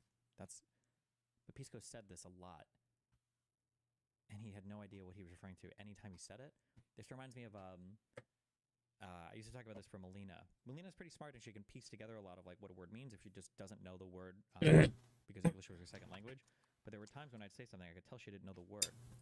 And for me, especially if we're talking like politics or something like a little bit more theoretical or conceptual, like if you don't know the word, just ask me and I'll tell you. Don't try to context it or, and figure out what it means because I don't know if you're going to understand everything I'm saying now. How many times has Peace Coast said LPR here? And the other guy had no idea what LPR meant. That's whatever. It's not whatever. It's not a huge thing, but lawful permanent resident. Oh, okay. Does he know what lawful permanent resident means? Green card holder, lawful permanent resident, right? At one point, you were talking about corporations. I wasn't sure what you meant by that. So, a lawful permanent resident, you're saying, should have the exact same protections. And what I'm saying to you is, it's not a citizen. And in the same way you can keep a citizen out, I think you can make an argument that that you need to maintain the same conduct while you have a green card that you would need to have to get the green card. I think that's an immigration issue. I mean, why? Because because if you're coming here and you're claiming that you have a basis to be here and that you're acceptable individual to the United States, it's not like once you get in, then you can run amok and that those obligations, which were a prerequisite for your admission, no longer apply to you because once I pass the hurdle on date X, is that true of naturalized citizens? Now I no longer have to maintain that. Is that true of naturalization? Is that true of naturalization? Our school teaches to not ask dumb questions. It's the education system. Really? There's no such thing as a dumb question. Not sure. Frankly, it's not. I mean, you're saying once someone is naturalized, that's a date X? Yeah. So you have to do certain things to become naturalized. That was a really good argument from Pisco. True. So if you're saying that the requirements for getting a green card are the same as not being revoked, not having your card revoked, what about when you become naturalized? Because now you can do even more bad things and not get kicked out. That's true. Ilhan Omar, for example, she takes her oath of fidelity to the United States when she gets naturalized, right? And then she starts engaging in conduct that some people would say is not showing an oath of fidelity to the United States, but showing fidelity to her native home country, right? What do you use that for? Do I think that that's a basis to strip her of her citizenship? No, I don't. Okay, I wish it would be. Okay, that's an interesting one. Maybe, I guess. Okay. 3 iron, 3 coral, 1 sea urchin. No, I'm not anti-free speech goblin. What I'm saying is, if you're taking an oath of fidelity to the United States, how stupid is it that it's a 10-second oath which doesn't have to mean anything, and literally 3 minutes after you make the oath, if you break the oath, there's nothing that can be done to you? I mean, how logical is that? Do you tell me, is that actually sensible type of policy that literally 3 minutes you can make your oath, walk out of the room, and then just start screaming death to America, and you just 3 minutes early made an oath that you're pledging your loyalty to America, but basically that you should look is. So does he think ordinary Americans that say things like that should have their citizenship stripped and they could be deported as stateless citizens? Or does it mean that ordinary Americans have more rights? Or, I'm sorry, would it be people who were born U.S. citizens have more rights than naturalized citizens? Which is funny because a naturalized citizen has to go through way more work to become a citizen, but okay. Is that an ongoing oath? Clearly, you're asking me what's sensible, what's not sensible, and I'll try to answer. I just want to say real quick, IRI, thank you very much for the raid, you guys. IRI, the best C-SPAN channel there is. You're gonna want to watch it. So I just want to be clear. What's sensible, what's not sensible is not the basis under which I make constitutional determinations. It's not very sensible to go through all this like different, hemming and hawing with respect to gun rights a lot of the times, right? It's very. Hold on, just doing a quick check, okay? On the DLC for space on Factorio, are you only supposed to spawn with a singular fucking, or like 2 small iron ore deposits near you, and there are just none on the fucking planet? Hello? Burdensome to go through a trial. It's been 3 days. Someone that you know is guilty. It must have been 3 days by now. Really sensible for us to have to sit here. That is all sensible though. Every bit of that is sensible. Every bit of that is a logical explanation. It might be frustrating in the moment, but it's logical why you have to have proof beyond a reasonable doubt. See, that's all. There's good logic. There's good logic. Good logic. So like saying, no, I mean, Good logic. What I'm simply saying as opposed to the bad logic. Maybe it makes sense to have cutoffs. You want to try and constitutional issue. What I'm saying is the question ultimately comes down to what I need a better axe for that shit, or upgraded axe. I mean, leveled up axe. If they have no burden, then you're right, and if they do have a burden, then you're wrong. It's really that simple. So I'm asking you, right? So do you think that green card holders should have first? Which are so close. Do you think the green card holders have First Amendment rights? When I say they have First Amendment rights, that's a good question. Jeez. Okay. Damn. We have to think about that one. Okay. I think anyone who visits here has a First Amendment right. Okay. Who's that? Green beans?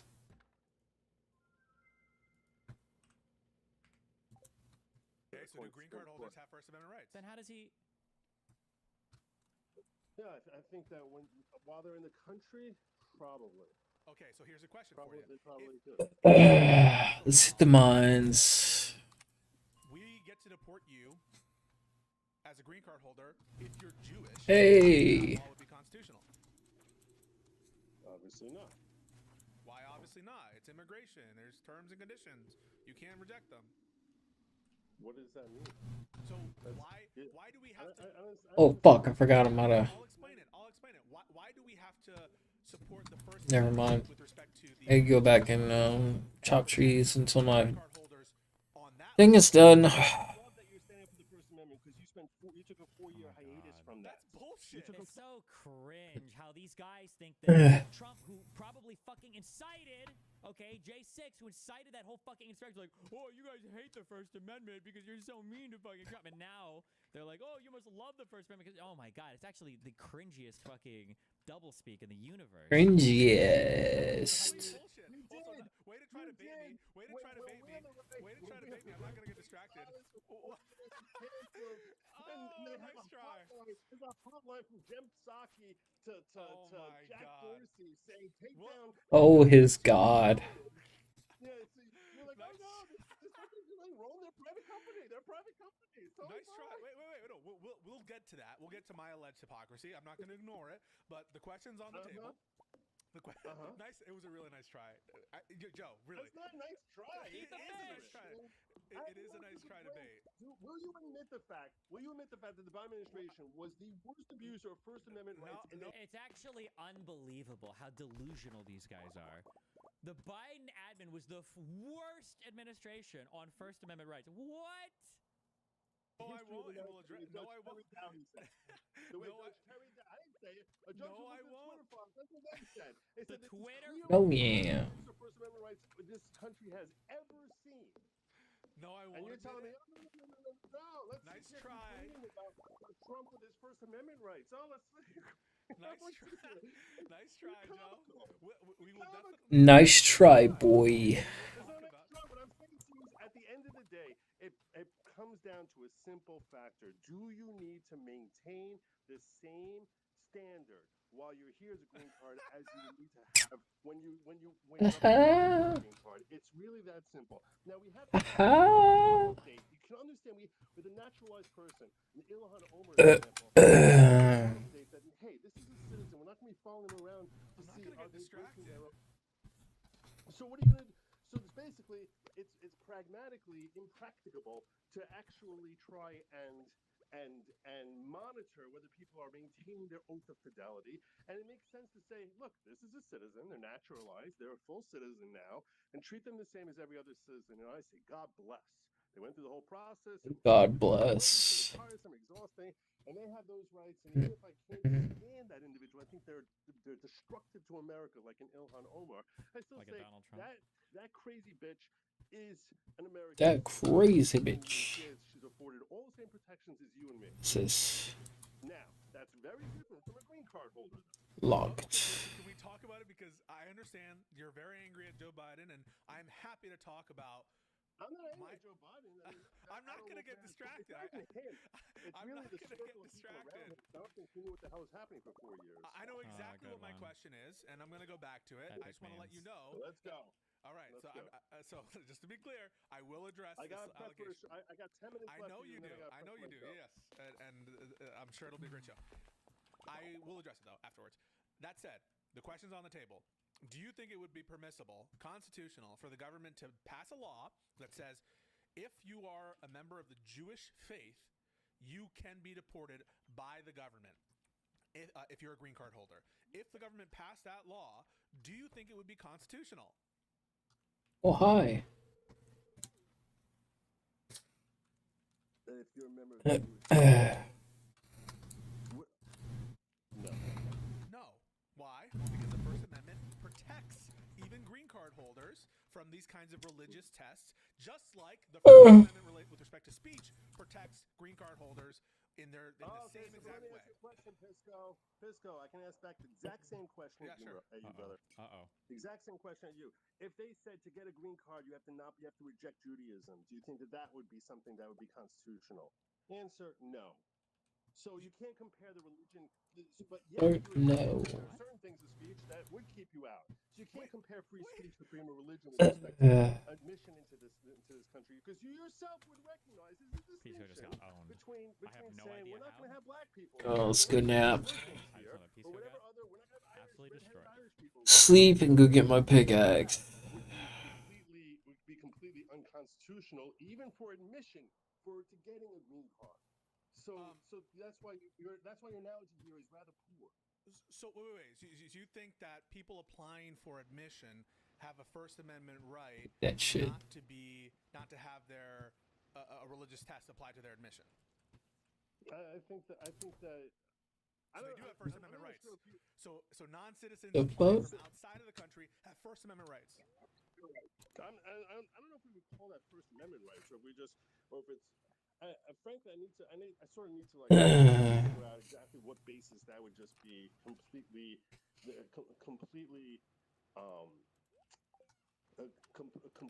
beyond legality. You want to talk philosophically here now about whether or not it's talking philosophically. Who's the holder? You're asking who's the holder of the right? Is it the individual who's a non-citizen who's the holder of a right? I don't know.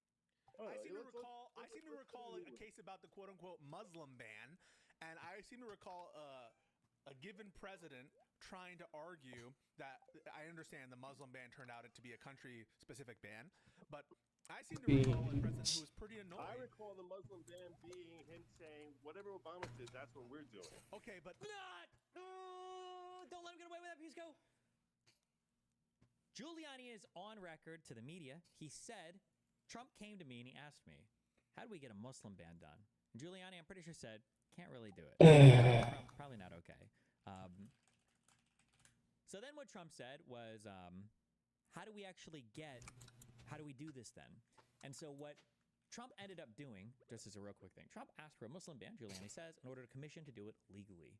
What they ended up doing was Obama had a list of 7 countries that had heightened screening for when somebody would come from that country to either apply for a visa or to do any kind of immigration stuff. Trump took that list of 7 countries. Help me with my memory here. I believe it originally included Saudi Arabia, and he banned that list. I think Saudi Arabia got really mad, and then he swapped out Saudi Arabia for some other random fucking Muslim majority country. And he was like, these are the 7 countries. People God. the same thing Obama did. That is Fish. Obama did not ban travel. Oh, was it with Yemen? Yeah. Obama did not ban travel from those 7 countries. Trump did not do the same thing that Obama did. That's just a fucking lie. Okay? That's just a fucking lie. That's a lie. I recall the Muslim ban being him saying, "Whatever Obama did, that's what we're doing." Okay, but he was angry that he wasn't able to put on. He was angry. I don't think His tone was different. He was angry. He was angry that he wasn't able to. Also, Pisco should nail on that. He was angry. His tone was different. Literally, if you try to rescind certain laws or do things legislatively, executive order, whatever, and you are just ass-pained about it, the judge will literally say, hey, you can't do this because, sir, you are ass-pained, okay? Now, in legalese, it's called arbitrary and capricious. Ass-pained. Yeah, if you try to change some shit that's going to have a big impact on a bunch of stuff, but you don't even have a good fucking reason to do it, that can get shot down. That's one of the things that happened. Whoa. Wanted to get rid of DACA, which would have been a huge fuck. A lot of federal stuff, basically. And then when the court looked at it, and they were like, okay, well, what's going on here? It seemed like he's just ass-pained about, I guess, DACA kids. There's no good reason for it. It's arbitrary and capricious. You toss it. That's it. This is a thing. Yes. Orange man bad and is angry. He sent it a mean tweet. So even though the policy's identical, but it was a mean tweet in there, and that's what makes it racist. But let's just separate this real quick. So you think that this green? I just want to be very clear about something. Jesus. You think that a green card holder, an LPR, who is citing the First Amendment within the country, can do so, but only with respect to the religious Fuck. causes, and not with respect to Oh god, I hate this goddamn fish. I think you think that. I think you think there's a. If this information from Rudy was available when he was doing the ban, couldn't have been challenged in court repealed. It was challenged, I believe. I believe it was challenged. I don't know how far it got, but my understanding is just that the court has been very, very, very reluctant to touch the president's ability to do stuff around immigration or border security. The president, it has been seen in the Supreme Court, just given really, really, really wide deference when it comes to matters of national security. The president has a ton of authority there, and the courts have seemed reluctant in the past to mess with it very much. Distinction. Whoa! Well, you seem to think there's a distinction. No, I'm I asking think you. we're both on the same page. I'm just admitting it. You're not. Iridium pickaxe. Oh shit. On this issue. Why? They're part of the same clause. The reason I'm saying you admit it is because we started this whole conversation off with you saying, yeah, to get in here, I can understand that someone who's espousing terrorist activity could legally be kept out of here. Wait. So that's applying to. Can I get that big thing with gold pickaxe? Pickaxe, or do I need the iridium for this shit? So why is that legal? Why is that legal? Don't they have a First Amendment right? I'm following Supreme Court precedent there. That the Supreme Court precedent says that at the threshold of admission, but if you take, for example, justice. Maybe I don't know. Maybe the INS can say we're not taking The guy Pisco's talking to is the one Destiny interviewed for before the DNC stuff. Yes, this is the same guy, and I've talked to him on stream before too. any Jews or Muslims. Maybe they can. I mean, do you think they can? Point. It's like, what I'm saying is, you're asking me what the legality of it is, and my point is, you yourself recognize there's a distinction here. Do you think it would be legal? Do you think it would be legal for them to say no Muslims or Jews allowed? That the Supreme Court expounds a standard that I am trying to say in determining whether something is legal or not legal. I think it's highly relevant what the Supreme Court has said in the past, and the Supreme Court has said. I didn't dispute that. Okay. No, go on. What did they tell me? What they said? The relevant part. So the Supreme Court has said at the threshold of admission that there's a very low threshold or very low test for whether or not a restriction on your entry into the country, which they see as a pure act of grace, whether that is unconstitutional. It's basically at the discretion of the political branches. What's the case? The case is Trump versus Trump versus Hawaii. There's cases Mazzei. That's another case. It's Harisides or is another. There are a bunch of. I have the cases. Don't try to fucking test me, bro. You know I have the cases. No. I want to know. Read it. I'm not testing you. I want to look it up. So my question is Trump versus Hawaii. Do you agree with me? Do you agree with me that it would be illegal for Biden or Trump to pass a law banning Muslims or Jews from coming into the country? I think it would be. Okay, I agree with you there. Do you agree with me that it's completely legal for them to say, hey, if this person's giving pro-terrorist speeches, that we're not going to give you a green card? Do you think that's legal? I think that under current precedent, it probably is legal. But I don't know. Okay. I don't necessarily. Yeah. No. So you're already recognizing a distinction between religion and speech, because they can't ban you for your religion, but they can ban you for speech. So even though they're both thrown into the First Amendment together, you cannot just analogize the two of them together, because you and I are both on the same page. Wait. Just because the First Amendment doctrine, that there's a split here in terms, potentially split between speech and religion. You still have to analyze them under their respective tests. So it could be the case at this First Amendment activity that there is a compelling purpose of applying the actual test from the First Amendment, which is strict scrutiny, that kind of speech passes. That strict scrutiny, for in the case of applicants from outside of the country coming into the country, that it passes strict scrutiny, and that the religious tests don't. So it could be the case. Maybe that'll happen for so just to be clear, just because you have a different result with respect to application of a First Amendment principle in speech versus religion doesn't mean that you don't apply those principles in those cases. So I hope that makes sense, right? Did what I just say make sense? What it made no sense. What you're throwing down now is that it really is the same. It's just that. Oh shit! So ridiculously egregious that would be like banning someone for saying that they like the Red Sox. Like it's right. Not. So imagine. So if there is, as you are aware, if there is a speech regulation that affects political speech, it could be the case that that's nonetheless justified because of strict scrutiny. It passes the test that the Supreme Court itself has laid out.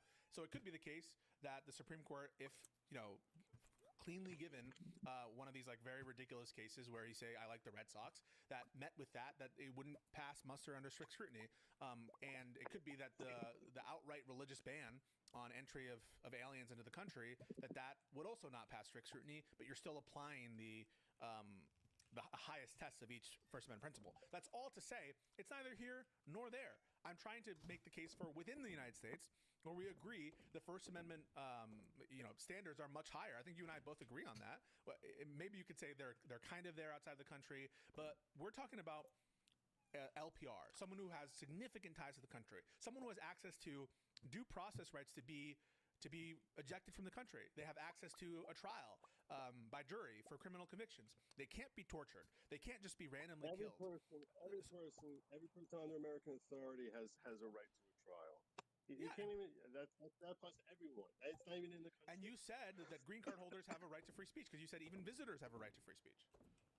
That's true. They do have a right to free speech. I just don't think it's. I don't think that this is an issue as far as free speech any more than it's an issue of free speech. Wait, no. That can't be the case. So you acknowledge that it's speech at issue here. I think it probably is speech at issue. Yeah. That's where we start. Yeah. Okay. Then how is it not a free speech? And this comes down to whether or not he has to maintain uphold the same standards. This is exactly what I said when I came in here.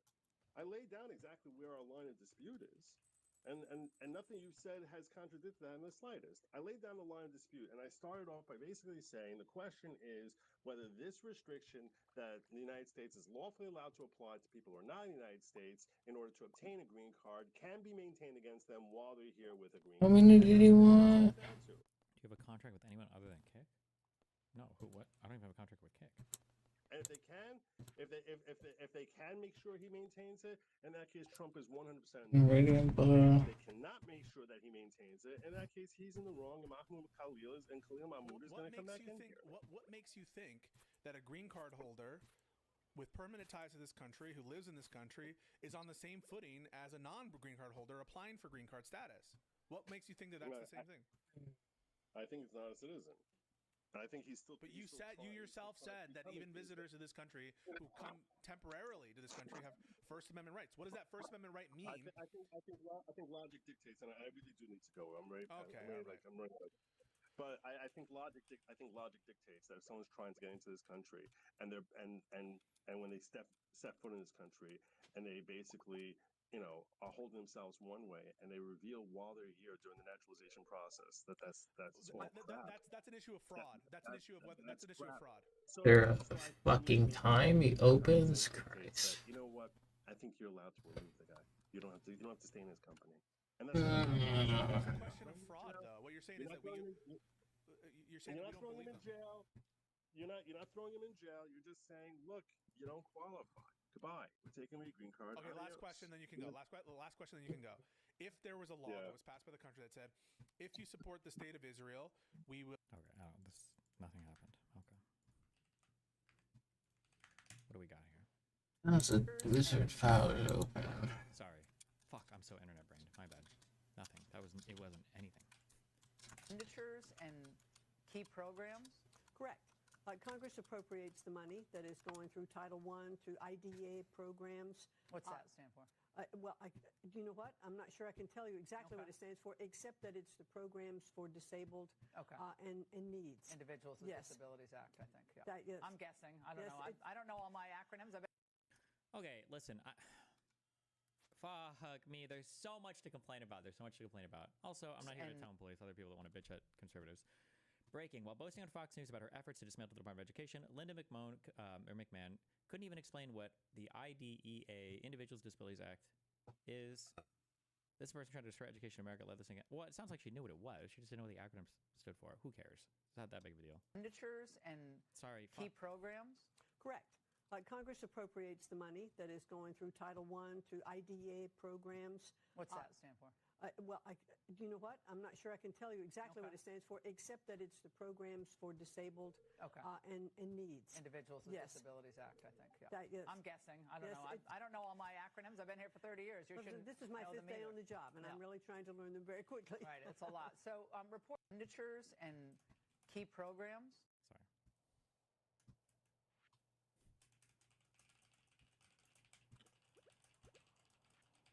Let's do some jellies. Institutions, departments, is it bad to make fun of them and make them look ridiculous? No, I'm all for it. Just don't step into Some gel.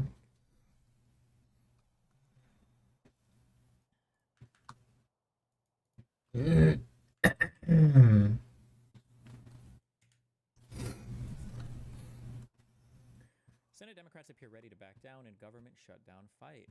Did they get anything? Remember, if they get something, it's different. The problem before was Republicans wanted to pass a continuing resolution to keep funding the government without getting anything. Okay? Without getting anything. They weren't even consulted, I believe, on the funding stuff.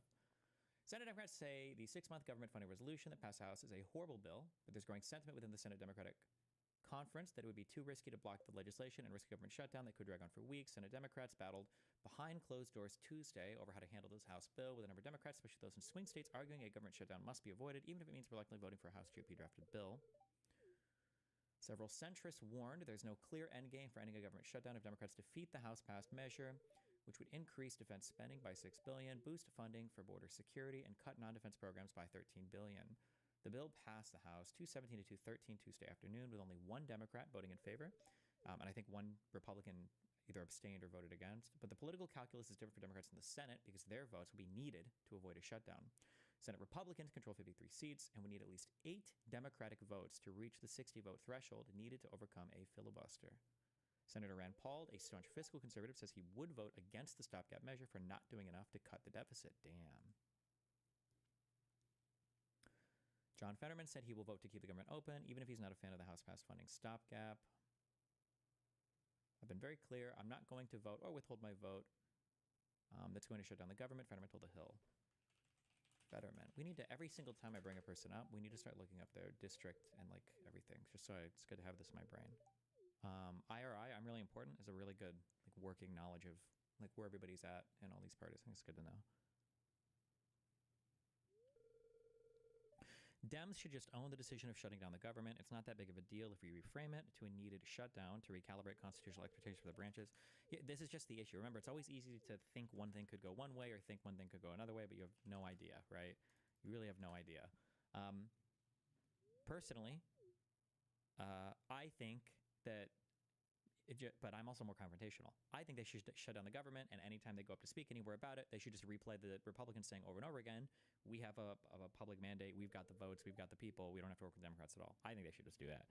However, if you're Hakeem Jeffries or any of these like crazy calculator guys, and you're thinking, well, right now the Republicans look fucking horrible, all they're doing is taking L after L after L after L, and why would we give them an opportunity to reframe something as a Democrat L?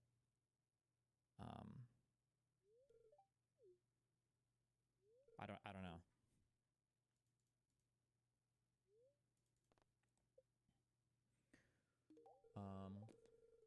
Okay, sorry, just real quick. Okay. So Fetterman is I know he's a senator, Democrat. I hope he likes it. Jelly. You'd say the junior senator? Is it the senior and the junior, or is there something another name for him? Because he's been in office less time than the other guy, right? Oh, nice. What'd she give me? Senior, junior. Okay. He's the Blackberry cobbler.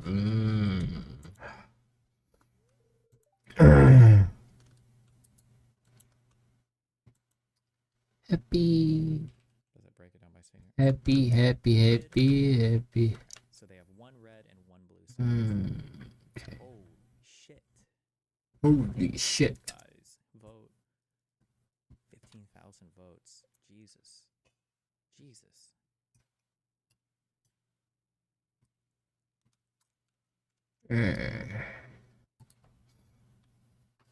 Time to sleep. I just want to say why everyone talks about Dems shutting down the government or not. Democrat when ours have all the majorities? Well, they need some Democrats in the Senate to actually. Alright. Yeah, Let's put this in the refrigerator. essentially what happens in the House and Senate, and we'll just blame the current party in charge. That's my understanding for how voters typically react to shutdowns. Also, I feel like it also is easy to I say spin it that way, but you're not even spinning it.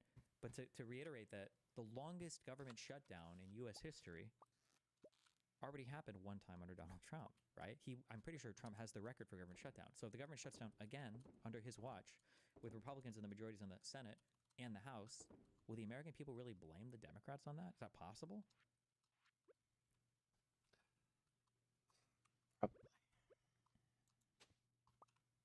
Probably super possible.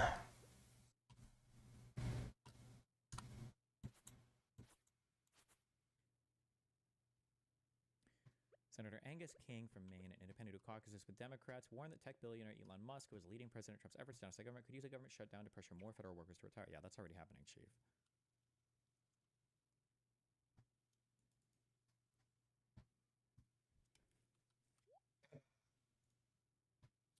Lucky lunch.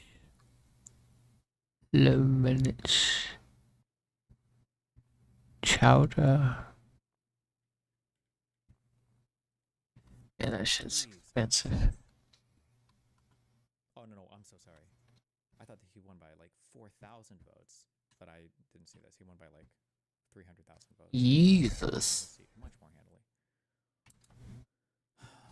Senate, the House of Representatives, every single House seat, is every single House seat up for election every 2 years, and Senate seats are 6 years? Or no, the House seats cycle every 4 years, and it's different when they cycle in, or... Ooh, 5,000 gold for that. That's not bad, I guess. It's every 2 years, right? House is every 2 years. Okay. And then for the Senate, it's like on a staggered or whatever, just by, I guess, whenever they enter the union. Okay, so Senate is every 6 years. Okay, all right.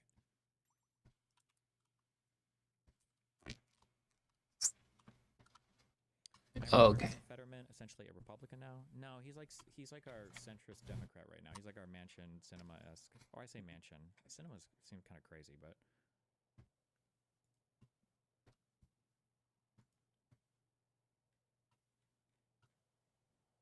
Oh shit, we've got injunction hearing.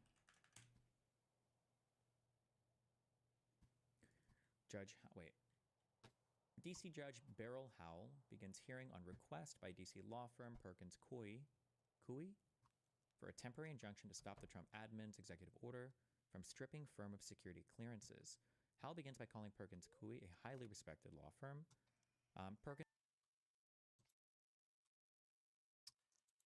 All right. Guess I'm gonna go to bed. Thanks everybody for watching, lurking, stalking, whatever you're doing. Please subscribe. If you feel like it, doesn't really matter. It's cool if you don't. I appreciate you being here, watching. I'll be back next Tuesday or Wednesday, or Tuesday and Wednesday.